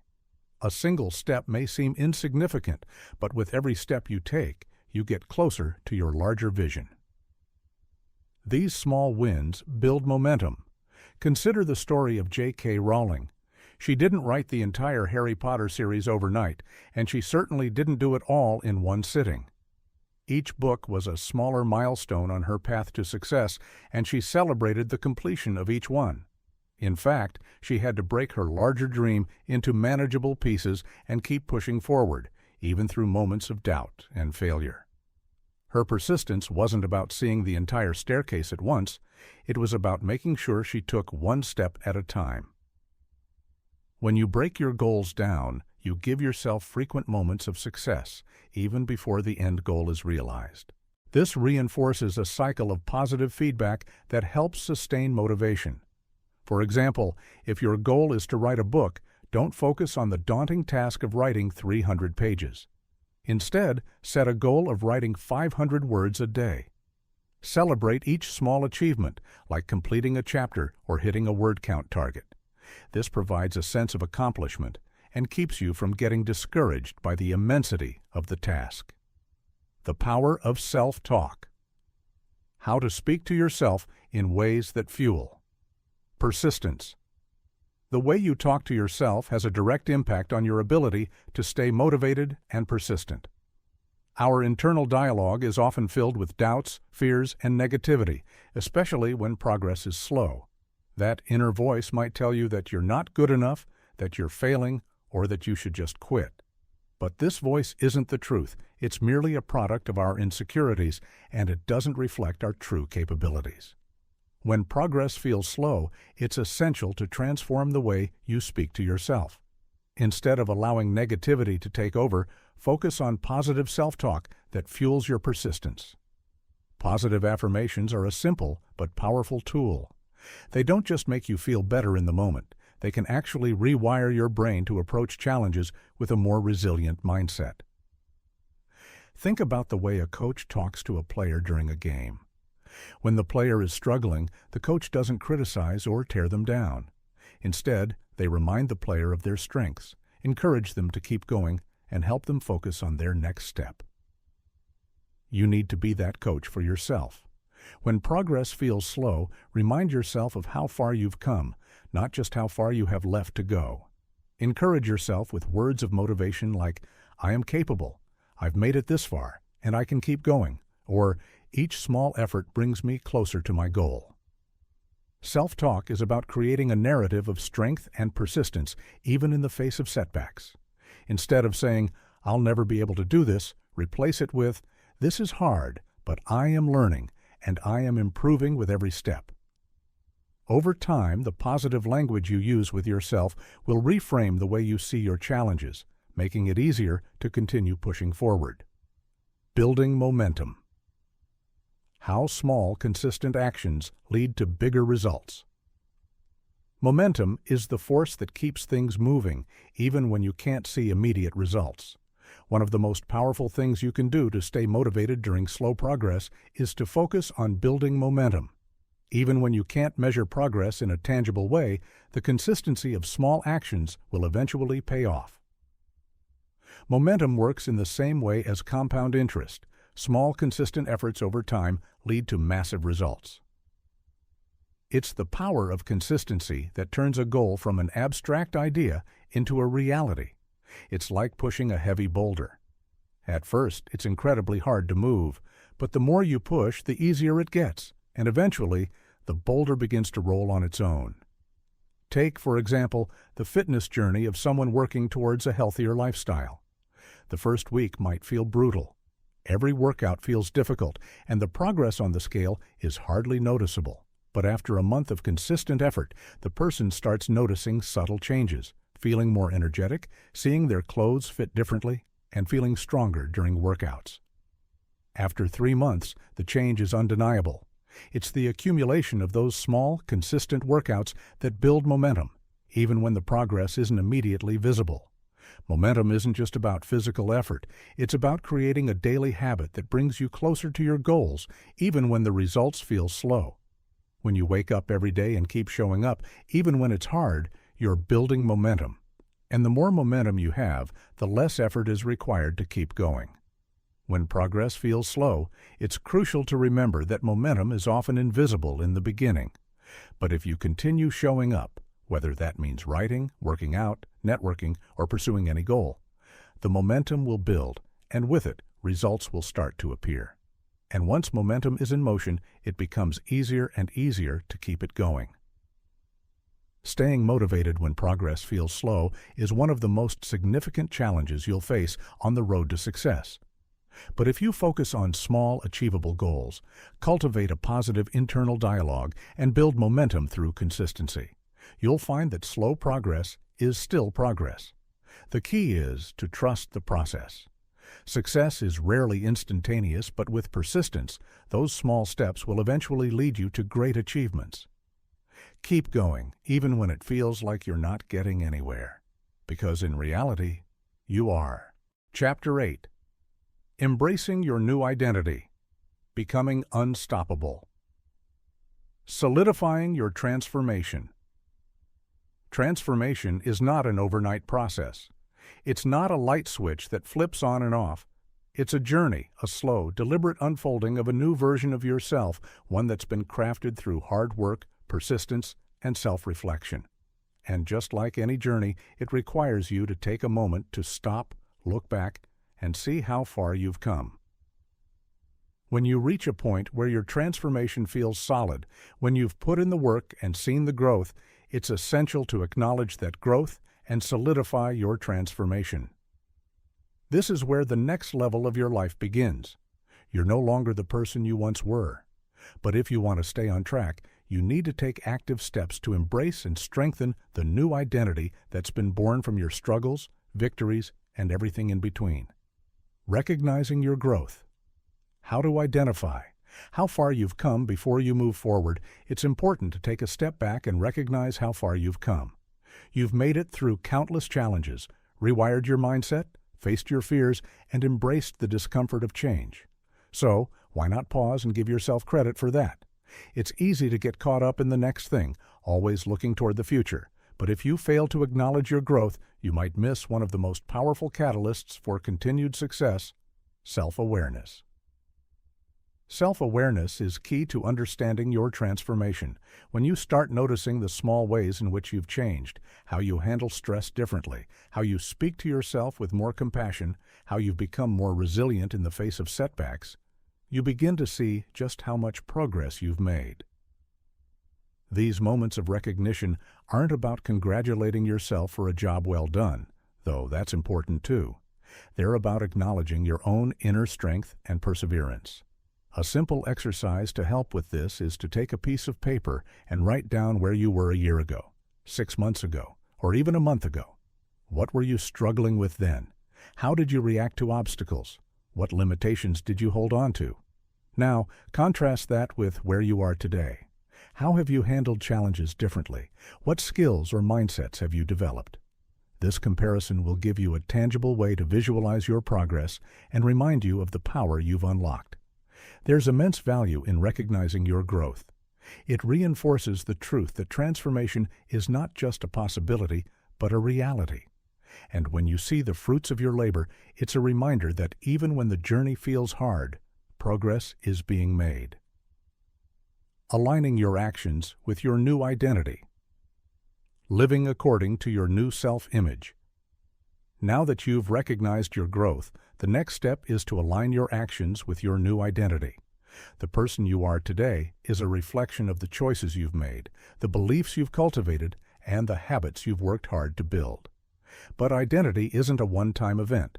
It's an ongoing process that requires you to live in a way that's congruent with who you've become. If you've worked hard to develop self-discipline, self-love, and mental toughness, then the next step is making sure your actions reflect those qualities. If you've decided you're a confident, resilient person, then your behavior must mirror that. This isn't about perfection, but about intentionality. Every day you're faced with opportunities to live out your new identity, whether it's in the way you speak, the choices you make, or the way you show up in the world. For example, let's say you've worked on building your confidence, but old habits still trigger your insecurities. In those moments, your new identity demands that you take a pause, breathe, and respond differently. Instead of falling back into old patterns, you acknowledge the fear, but refuse to let it control you. You act with the confidence you've nurtured, regardless of the inner voice that says otherwise. Over time, these actions become natural, and you'll find that your new identity isn't just something you tell yourself, it's something you live out. This is where the power of consistency comes into play. Your new identity needs daily reinforcement through aligned action. The more you make decisions that are congruent with your self-image, the more that image becomes cemented in your reality. Your identity isn't just something you wear, it's something you live. Defining your new identity.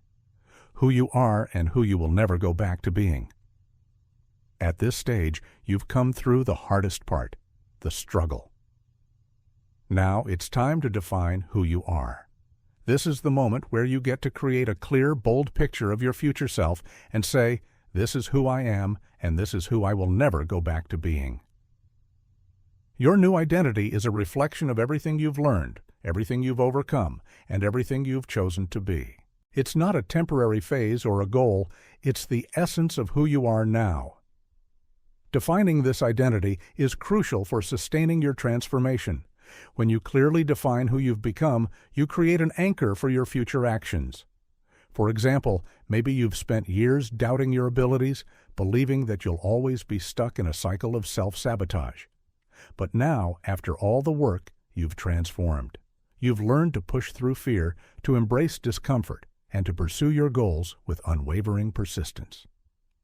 Your new identity is one of confidence, focus, and resilience. You've shed the old version of yourself, the person who believed they couldn't succeed, and embraced a new self that is unstoppable. Defining your new identity is also about acknowledging the person you'll never go back to being. That person who was paralyzed by self-doubt, who played small, who didn't believe in their own worth, that version of you doesn't exist anymore. Not only will you never return to that old self, but you actively choose to leave that part of you behind. This identity doesn't need to be perfect. In fact, it won't be. But it's about recognizing that the person you are now is someone with a growth mindset, a belief in their own power, and a determination that refuses to quit. That's the essence of who you are now and who you will continue to be.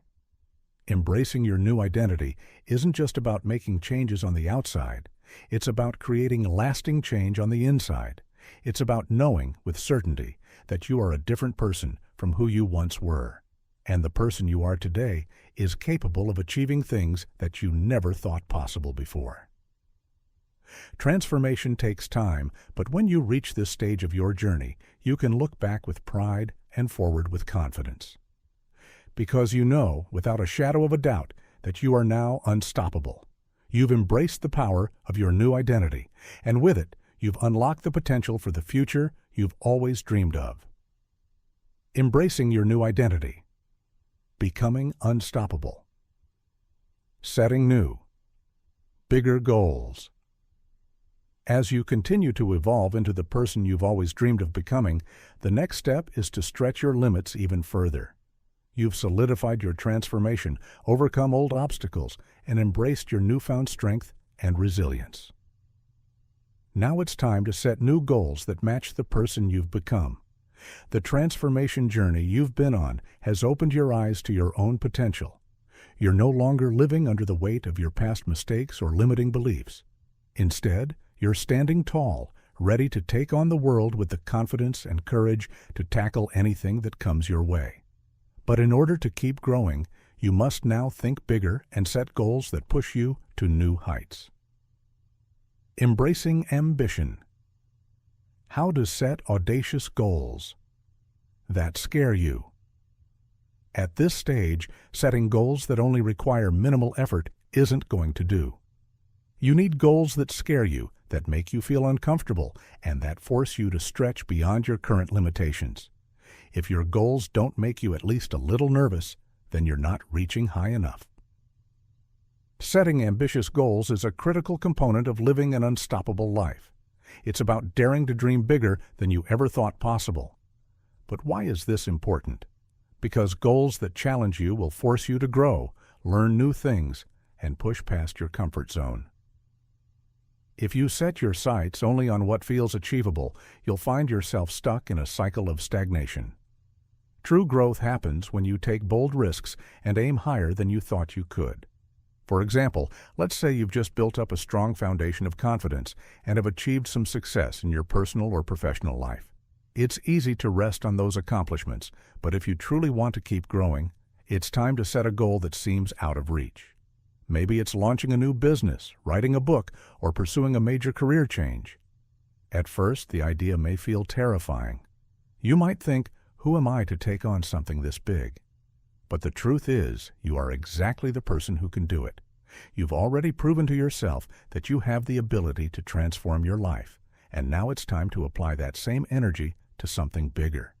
Setting audacious goals will ignite a fire within you. They'll push you to dig deeper, stay focused, and find creative solutions to the challenges you face.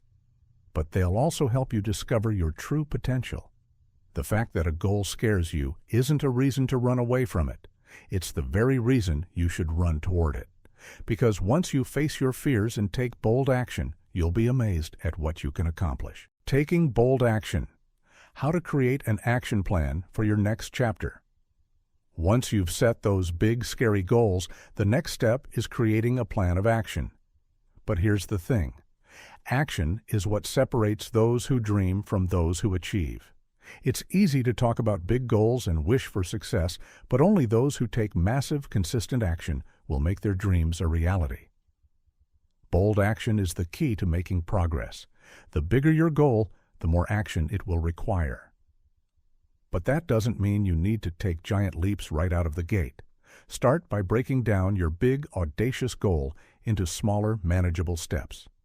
This approach will make your goal feel less overwhelming and will help you build momentum along the way. For example, let's say your goal is to write a book. Instead of staring at the blank page and thinking, I don't know where to start, break the process down. Write a list of the chapters you want to include. Decide on a word count target for each day. Research the topics you'll need to cover. Each of these smaller tasks brings you closer to your end goal. As you check each step off the list, you'll feel a sense of progress and accomplishment. Action also requires accountability. You need to set deadlines, track your progress, and hold yourself to the standards you've set for yourself. The more you stay committed to taking action every day, the more confidence you'll build in your ability to achieve your goals. But remember, taking bold action is not about moving recklessly. It's about being intentional. It's about creating a strategy, understanding the risks, and putting in the work that aligns with your larger vision. The key is consistency. Even small daily actions compound over time to create significant results. Celebrating successes. Along the way. Why every milestone deserves recognition. The journey toward achieving your big, audacious goals will be long, filled with hard work, and at times, even setbacks. But as you take bold action, it's important to celebrate each milestone along the way. Celebrating progress keeps you motivated, reminds you of how far you've come, and strengthens your belief in the process. In our society, there's a tendency to move the goalpost the second we achieve something. We achieve one thing and immediately look to the next challenge, as if we're somehow not allowed to take pride in our successes. But here's the truth. You deserve to celebrate every single win, no matter how small it may seem in the grand scheme of things. Every time you reach a milestone, whether it's hitting a financial target, completing a project, or getting one step closer to your goal, take a moment to appreciate how far you've come. Recognize the effort it took to get there, and acknowledge your perseverance. By celebrating your wins, you're reinforcing the mindset of success, and you're rewarding yourself for the hard work that's making your transformation possible. Celebrating also fuels your motivation. It reminds you that progress is happening, even if it feels slow at times. When you see the fruits of your labor, you'll be encouraged to keep going. Whether it's treating yourself to something small, sharing your success with a friend, or simply taking a moment to appreciate what you've accomplished. These celebrations will fuel your fire and keep you moving toward your next milestone. In conclusion, setting new. Bigger goals is an essential part of becoming unstoppable. When you set audacious goals, you push yourself to grow, take bold action, and overcome any obstacles that get in your way. But that doesn't mean you have to do it all at once. Break down your goals into manageable steps and take consistent action toward achieving them. Most importantly, celebrate every success along the way, because each milestone is proof of your dedication, your growth, and your unstoppable potential. You've already transformed your identity, and now it's time to apply that transformation to new, bigger goals. With your new self-image and a bold action plan, there's nothing stopping you. You are ready for whatever challenges lie ahead, and with every step, you'll continue to build the momentum needed to accomplish your wildest dreams. The best part? This is just the beginning. Embracing your new identity. Becoming unstoppable. Living a life of purpose and fulfillment, you've made it. The person you've always wanted to become, the person who faces challenges head-on and pushes through adversity, is standing before you. But this is not the final destination. It's a new beginning. As you embrace your new identity, it's essential to live with purpose, clarity, and fulfillment. This section is about creating a life that doesn't just happen by chance. It's about taking control and making deliberate choices that align with your deepest values, your highest goals, and your newfound sense of self-worth. Living a life of purpose is not some abstract idea. It's a daily practice. It's about recognizing that every moment counts and every action you take either leads you closer to or further away from your true desires. In a world full of distractions, it can be easy to lose focus and start drifting, but to live with intention is to make every decision with purpose, knowing that you're creating the life you want. Living with intention.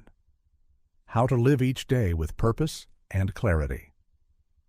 Living intentionally means waking up each day with a clear sense of purpose. It's about understanding your why, the reason behind what you're doing and why it matters. Every person who has made a lasting impact has done so with a vision in mind. They didn't just go through life without a plan. They created a roadmap based on what was important to them. Think about someone you admire deeply, someone who has made their mark on the world. What do they all have in common? They live with intention. They know why they wake up each day.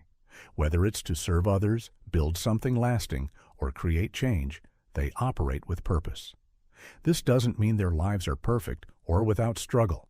It simply means they have clarity about their direction and take action toward their goals. Take a moment to reflect on your own life. Are you living intentionally, or are you simply going through the motions?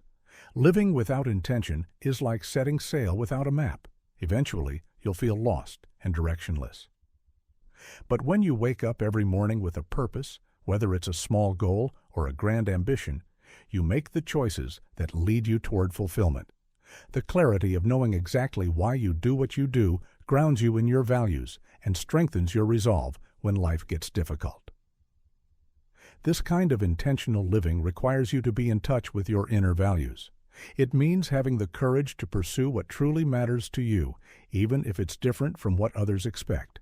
When you live with intention, you stop living on autopilot, reacting to whatever life throws at you. Instead, you make conscious decisions that reflect who you truly are and what you want to contribute to the world. Creating a legacy. Building a life that you're proud to leave. Behind a life of purpose isn't just about achieving your personal goals. It's about the impact you leave behind. You may think of legacy as something that only applies to world leaders or celebrities, but everyone leaves a legacy. Your legacy is the mark you make on the world through your actions, the relationships you build, and the values you embody. Ask yourself, what do I want to be remembered for? Your legacy isn't just about how much money you make or how many accolades you collect. It's about how you made people feel, how you contributed to the lives of others, and how you lived in alignment with your values. It's about the stories people will tell about you when you're gone, the lessons you've taught, the kindness you've shared, and the changes you've inspired. Take, for example, the story of Maya Angelou, the poet, author, and civil rights activist. What stands out about her legacy is not just her literary achievements, but the way she lived her life with purpose and a commitment to justice and equality. She didn't just write books. She touched lives, changed hearts, and paved the way for others to find their voice. Her legacy lives on through the lives of the people she impacted, and it's a testament to the power of living a purposeful life. Building a legacy requires thinking beyond your immediate circle. It's about understanding the long-term effects of your actions and how they ripple out into the world. What kind of difference do you want to make? Do you want to inspire others to chase their dreams? Do you want to be remembered as someone who helped others, who created positive change, or who left the world a little bit better than you found it? Creating your legacy starts with small actions that reflect your values. Every day is an opportunity to take steps toward the legacy you want to create. Whether it's mentoring someone, contributing to a cause you care about, or simply being kind to others, these small, intentional acts add up over time. They define who you are and, ultimately, what you leave behind. Never settling. How to keep evolving into your best self. It's easy to reach a certain level of success or self-fulfillment and then think, I've made it. But the truth is, true fulfillment comes not from resting on your laurels, but from continually evolving and striving to become your best self. You are not a finished product, you're a work in progress, and the journey doesn't end once you've achieved a few milestones. The key to never settling is to embrace the mindset of continuous growth. It's about seeing every day as an opportunity to improve, to learn something new, and to push your boundaries even further. Just because you've made significant progress doesn't mean you stop. Instead, you expand. You challenge yourself to take on bigger goals, explore new experiences, and step into new areas of your life. Think about athletes, artists, or entrepreneurs who are at the top of their game. Do they stop once they've reached success? Number. They keep evolving. They push themselves to improve, to refine their craft, and to aim higher. The moment you decide that you've reached the peak is the moment you begin to plateau. But if you keep striving, if you continue evolving, then your potential becomes limitless.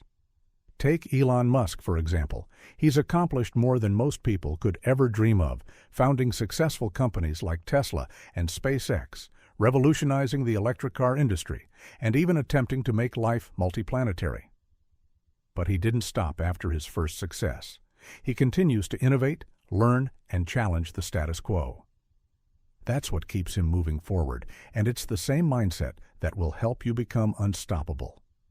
Never settling means consistently asking yourself, what's next? It means continuing to push the envelope and never becoming complacent. You don't have to achieve everything at once, but you should always be seeking out the next challenge, the next opportunity to grow.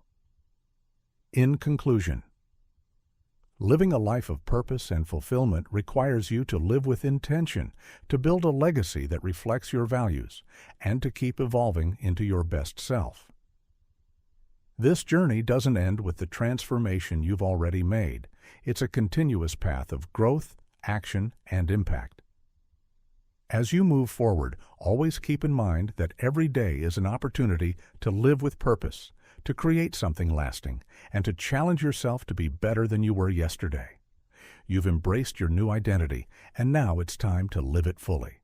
Take bold action, create the life you're proud of, and never stop growing. Your potential is limitless, and the life you're meant to lead is one of purpose, fulfillment, and unstoppable progress.